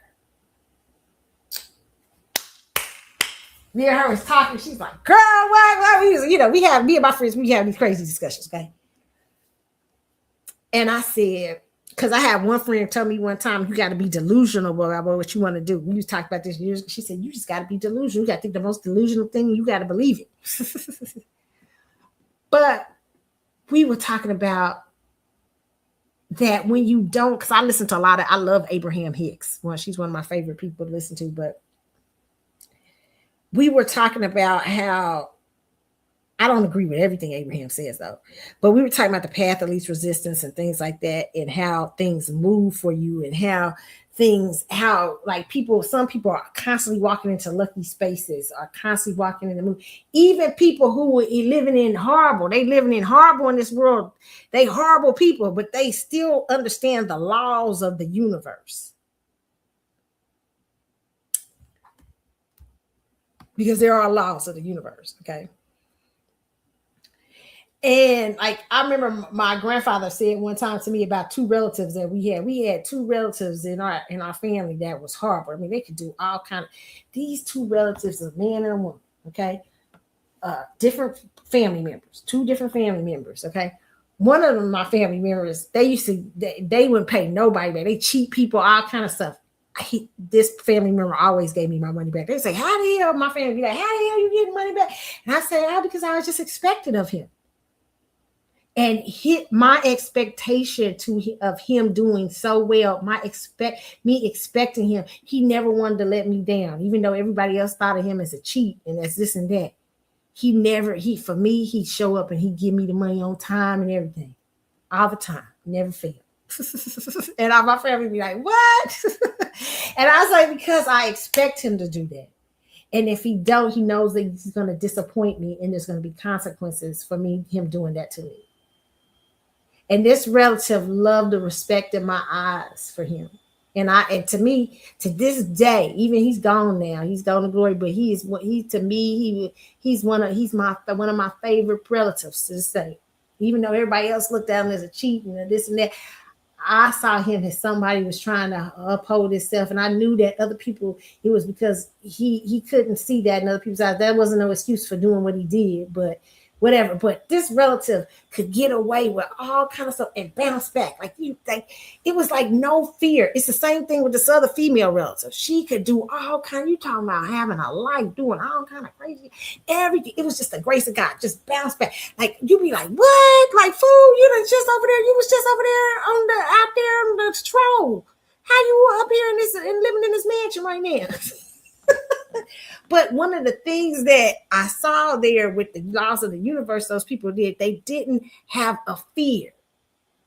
It was something to that. It was triggering their desire to would trigger other things. I want y'all to get this, because I ain't trying to tell y'all to go out here and do wrong. That's not what. Remember, I tell you, we do this with a value system and ethics, okay? Because eventually things will catch up to you. But I'm just telling you how this universe moves. It even triggers for people who are doing crazy stuff.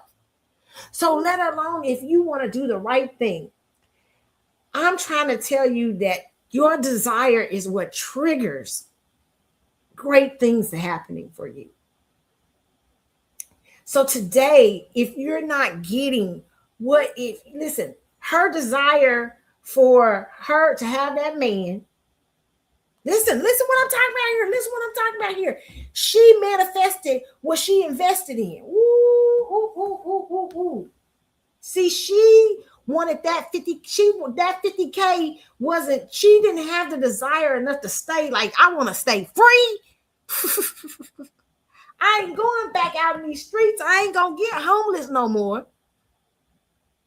No, her desire was more. Her desire was more for that man. And she manifested him for a moment in time enough that he could spend that 50K.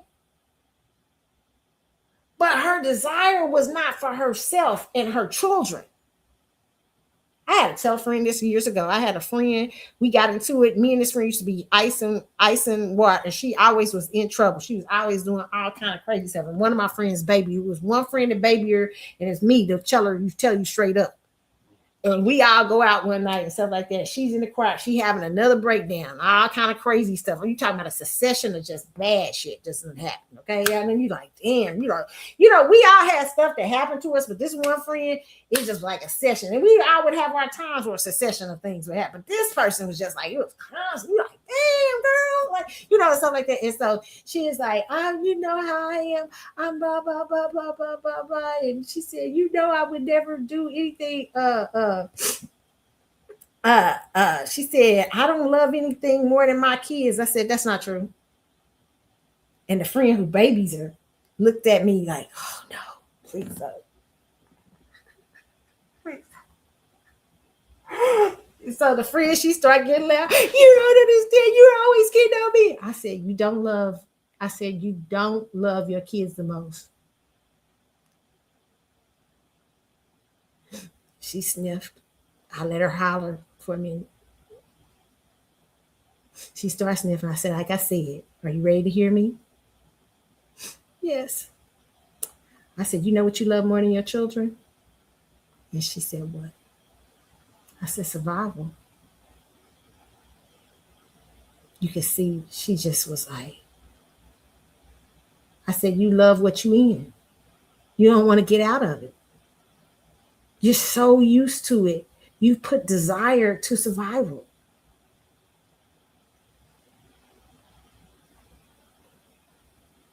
She's never the same like that.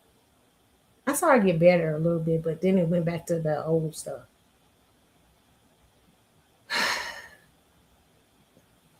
Your desire has to outweigh. It really ain't about a budget. I'm gonna tell y'all truth. I'm gonna really tell you the truth. I'm gonna tell you. I remember I used to read this in Napoleon Hill books, and I'm understanding this now even more so. Losing weight. Your desire to want to be healthy and look good and look the part has to be more than them chocolate chip cookies in the middle of the night. Shit, I've been trying to tell myself that. This GLP-1 tell me though. This GLP-1 be like, bitch, you better not get no cookie. Okay, but listen, it has to outweigh that. You gotta already see yourself in that. You listen, when you talk to women who really be, I heard this man say last week, and this is I'm gonna hurry up and get off of here, y'all, because y'all know I'm getting into stuff. But I heard this man say last week, and it was very powerful. He said, women always know, women can tell you who the baddest woman in the room is, how bad a woman is. And he said, by the way, you can always tell who the baddest woman in the room is by the way women react to her. He said, because a real baddie to a woman, women know how hard it is to maintain your weight, maintain your looks, maintain all that stuff. And especially if you got kids, and especially if you got a family, women understand. So they know you a baddie walking into the room, right?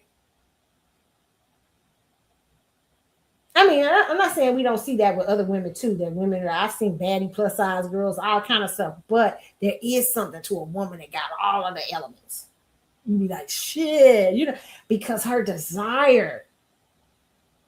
And now that could be one-sided too, because you can meet somebody got they all in shape or something, they are just straight up bitch. You like, damn, all your desire it ain't going to your inner work.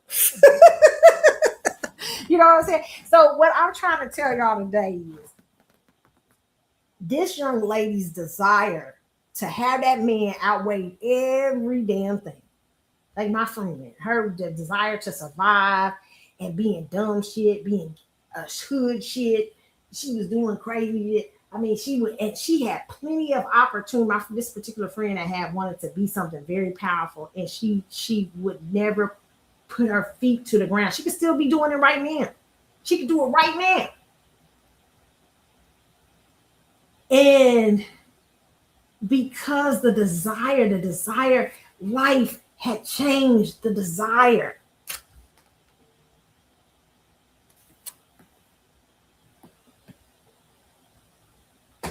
I am telling you, you guys are going to have to definitely place desire for your goals to achieve, to get beyond dumb shit. It was dumb. Do you know how many years, if God don't grace her, if she don't learn the lesson, she just wasted a 50K come up.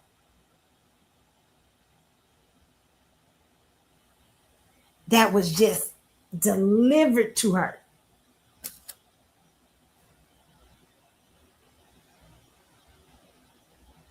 Now, funny thing that sometimes women like that, they'll get that 50K again. It just depends on your interview. She was out giving away pizzas, but to me, it was putting it on the internet and stuff. A little bit, I would have been chill with that because people were more angry. So I probably would have held the story a little bit longer and then came out with it later on. But you will do the same thing again. You will keep repeating. It's a lot of people, like, for instance, I know, like I was talking about my uncle, the two relatives. I kind of told you who it was. It's not who y'all think. It's not who y'all. It's a great person, a very older person. But I was saying about these two relatives that their ability to bounce back, but it's really God's grace. They were learning the same lesson over and over and over and over again, getting wealth. They could go anywhere. They would not be feared. These are relatives I had that could move today with $1 in their pocket. But it's the audacity that what would be rewarded was the audacity of that movement that triggered that risk. But the problem was that they would get in these places and they often build themselves up only but they used to a certain energy and a certain way of life. And they had a desire for that way of life, the desire to stay in street stuff or the desire to stay in this would outweigh their power of manifestation. It would eventually bring them right back and they go to repeat the whole cycle all over again. This young lady right here, this is being homeless is something she's gotten used to. There's stuff in my life I'd be like, "Ooh, I done got used to that at 57 years old. I need to break that shit." That's why people tell you, man. I heard somebody talk about this one time. I think I was listening to The Business. Jason, I love Jason Black, even though I disagree with some things Jason say, but I respect Jason's opinions. But one of the things he said one day, I remember he was talking about men over 30, women. What you're seeing is what you're going to get. When they're over 35, they're set in their ways. It's hard for them to break that energy. I was like, oof. Because he's talking to women, certain women, like, what is it that you, so your desire, so even that's just not for men, that's for women too. When you're over a certain, so look around at your life. I'm doing the same thing in my mind. I got a lot of crap going on. Okay, right now, I'm going to tell you something here. I'm tell you something. It's cleanup season, okay? I'm telling y'all, it's been crazy, okay? But let me tell y'all, your desire has placed you where you're at. Yes, there are things, we can have setbacks, we can have situations and everything, but your desire, how much has your environment fueled your desire towards the wrong thing? Your desire to be, and it's not just the desire. You say, well, Carlotta, nobody desires to be homeless. No, but that may be where you're comfortable. You may desire to be comfortable. And that comfortable thing is keeping you comfortable. It's like, man, I don't want to have that. I don't desire. I'd rather stay up in my car with these kids than try to get back out here and try to figure it out again. Because I just lost 50K. You know what I'm saying? So your desire, listen, your desire has to change. That is the root of what you have to work on. Changing your desire. What do you do? And then you place desire, not just desire, but then you place desire with goals that will help you get to the level you need to go to. We was talking to me and my friend who was talking about this, about desire. We were talking about the difference. Like, we were talking about her wanting to go to some event, and she's like, I can pay for it right now, but it might set me back a little bit, but I definitely can go. And I said, why you know you can go? She said, oh, I can make a way if I really, I said, because you desire to be there. And I said, now you just got to connect the financial part of the desire. You can't always, the problem is that you connected, you have the desire to go somewhere, and you usually do. But you need to have the desire to make sure that you are financially, that you can financially handle it.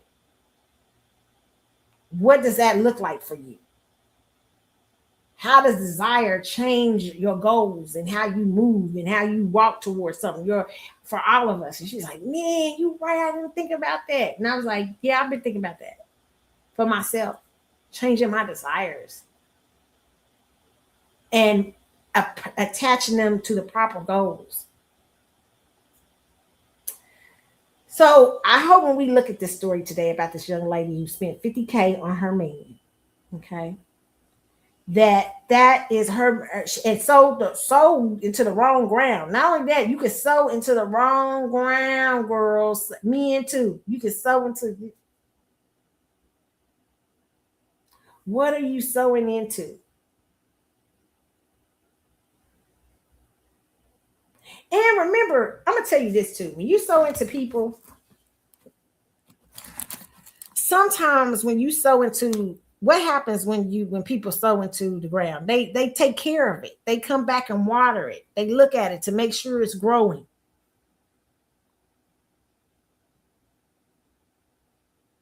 If it wants to grow. This particular person didn't want to grow. Okay. They come back, they check on their seed, they check to see what's happening. So understand that when you sow into things, or when you sow into something, sow on good ground, that you know that when you're planting things and when you're giving it water and you're feeding it like you do your plants or something, if you have plants, know that my grandmother was a big plant person. She still got a lot of plants in her house now. But at 90-some years old, my grandpa usually take care of them more than her. But she used to love to talk to the plants and everything. And she'd be like, my babies always give me back. They keep creating, make nice air in the house. Something like that. So, but she always was watering her plants. They were always growing. My grandma got a hand with them plants, right?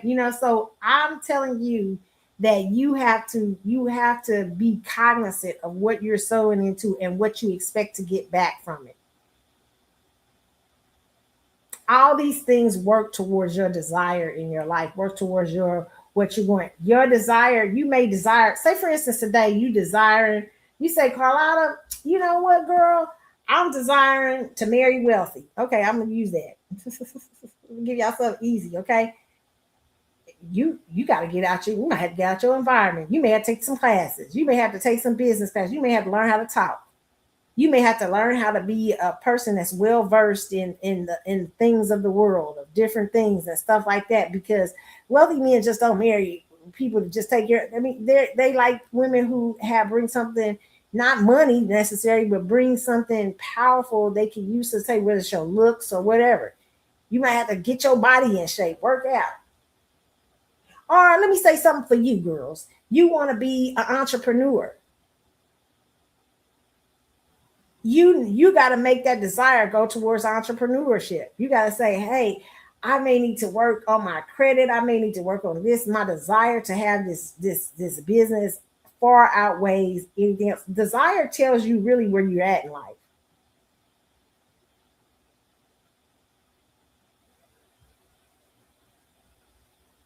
You got to be willing to pay the price. That's why no man builds a house unless he considers the cost.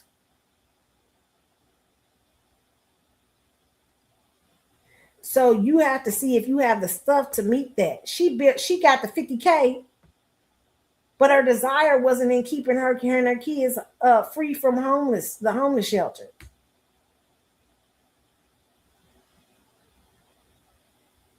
We got to work on changing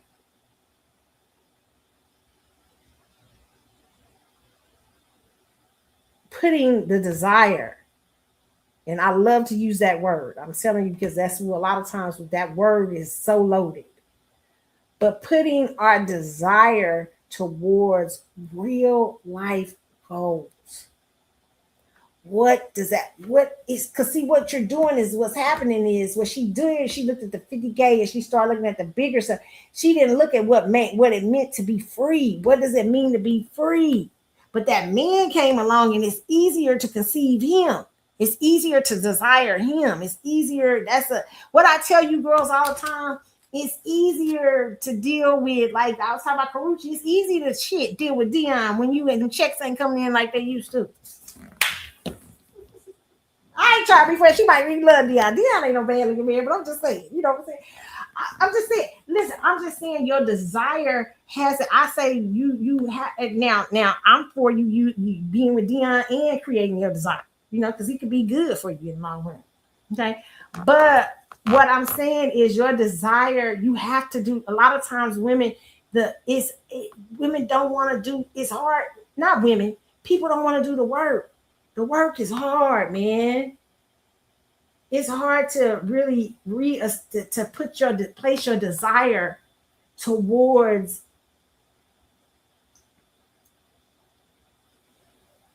the goals you need to accomplish, the things, because you gotta want something so bad that those hard things don't look hard. Like I'm gonna leave y'all with this. This is the end of what I'm gonna say.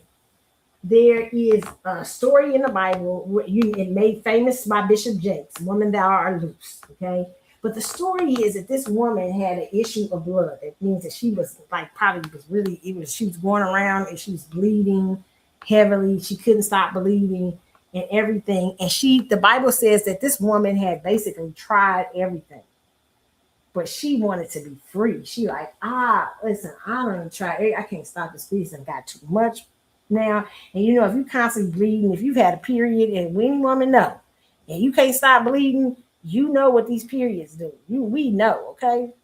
we know the periods could stink, all kind of stuff. Okay, so she was tired. Okay, and she heard Jesus was coming to town, right? And so she said, "Hey, you know what? If I could but touch that man, I know I'm gonna be made whole." What it was, what, and that was pretty a long shot because it was so Jesus was so popular at that time coming to that town. It was throngs of people, the Bible said, around him. Okay, so this woman just basically trying to touch him. It's an impossible task, but she does. While all these people are touching him, this woman touches him, and Jesus goes, "Who touched me?" Because he feels power. Because he said, "I felt something leave me." That means, listen, this woman's desire to be healed got her to the front of the thing to get. She just did nothing but touch a little piece of him, and he felt that energy go out of her because she was like, "I believe this man got what I need for healing. I believe that this is what I need." Her desire to be free from that disease moved her in such a way. It made her make moves in such a way that it brought her to her healing. That's why I'm not trying to tell y'all Bible stories just to be religify y'all. I'm trying to give y'all the concept behind it. But I'm a Jesus girl. I believe in the Lord. You know what I'm saying? But I'm just trying to tell y'all that you have to let desire, you got to become so desiring of that thing that nothing gets in the way. You've got to work on changing your desire. And that's what we're going to end it with, okay? You guys, thank you for hanging out with me like you always do. I appreciate you guys so much. I don't know when I'm going to have another show. I just don't know, okay? But remember, you can hit me up on the Carlotta Chatwood Facebook page. You can hit me also up on Carly's_Galaxy. That's with the S on Instagram. There's also a link to Threads. You can hit me up on Twitter when I'm on there. Well, X when I'm on there, which is C Chatwood Show and Carlotta 72. I'm not on a lot right now because I'm doing a lot of things, but hopefully I'll be on a little bit more coming up next month. Okay, you guys. But I'm gonna try to do another show this week. But if I don't, I hope you guys enjoy this show and I hope you get something out of them. Okay, I appreciate you guys so much. You have a wonderful, wonderful rest of your week. If I don't get back on, okay. All right, y'all. I'm out. Let me see. Hold on. Let's see. We got this. Okay, I'm hitting the welcome sign. All right, you guys. I am out. You guys have a good one. Okay, I will see you soon. Hopefully, you guys will do a show maybe Thursday. Okay, we'll see. All right, bye.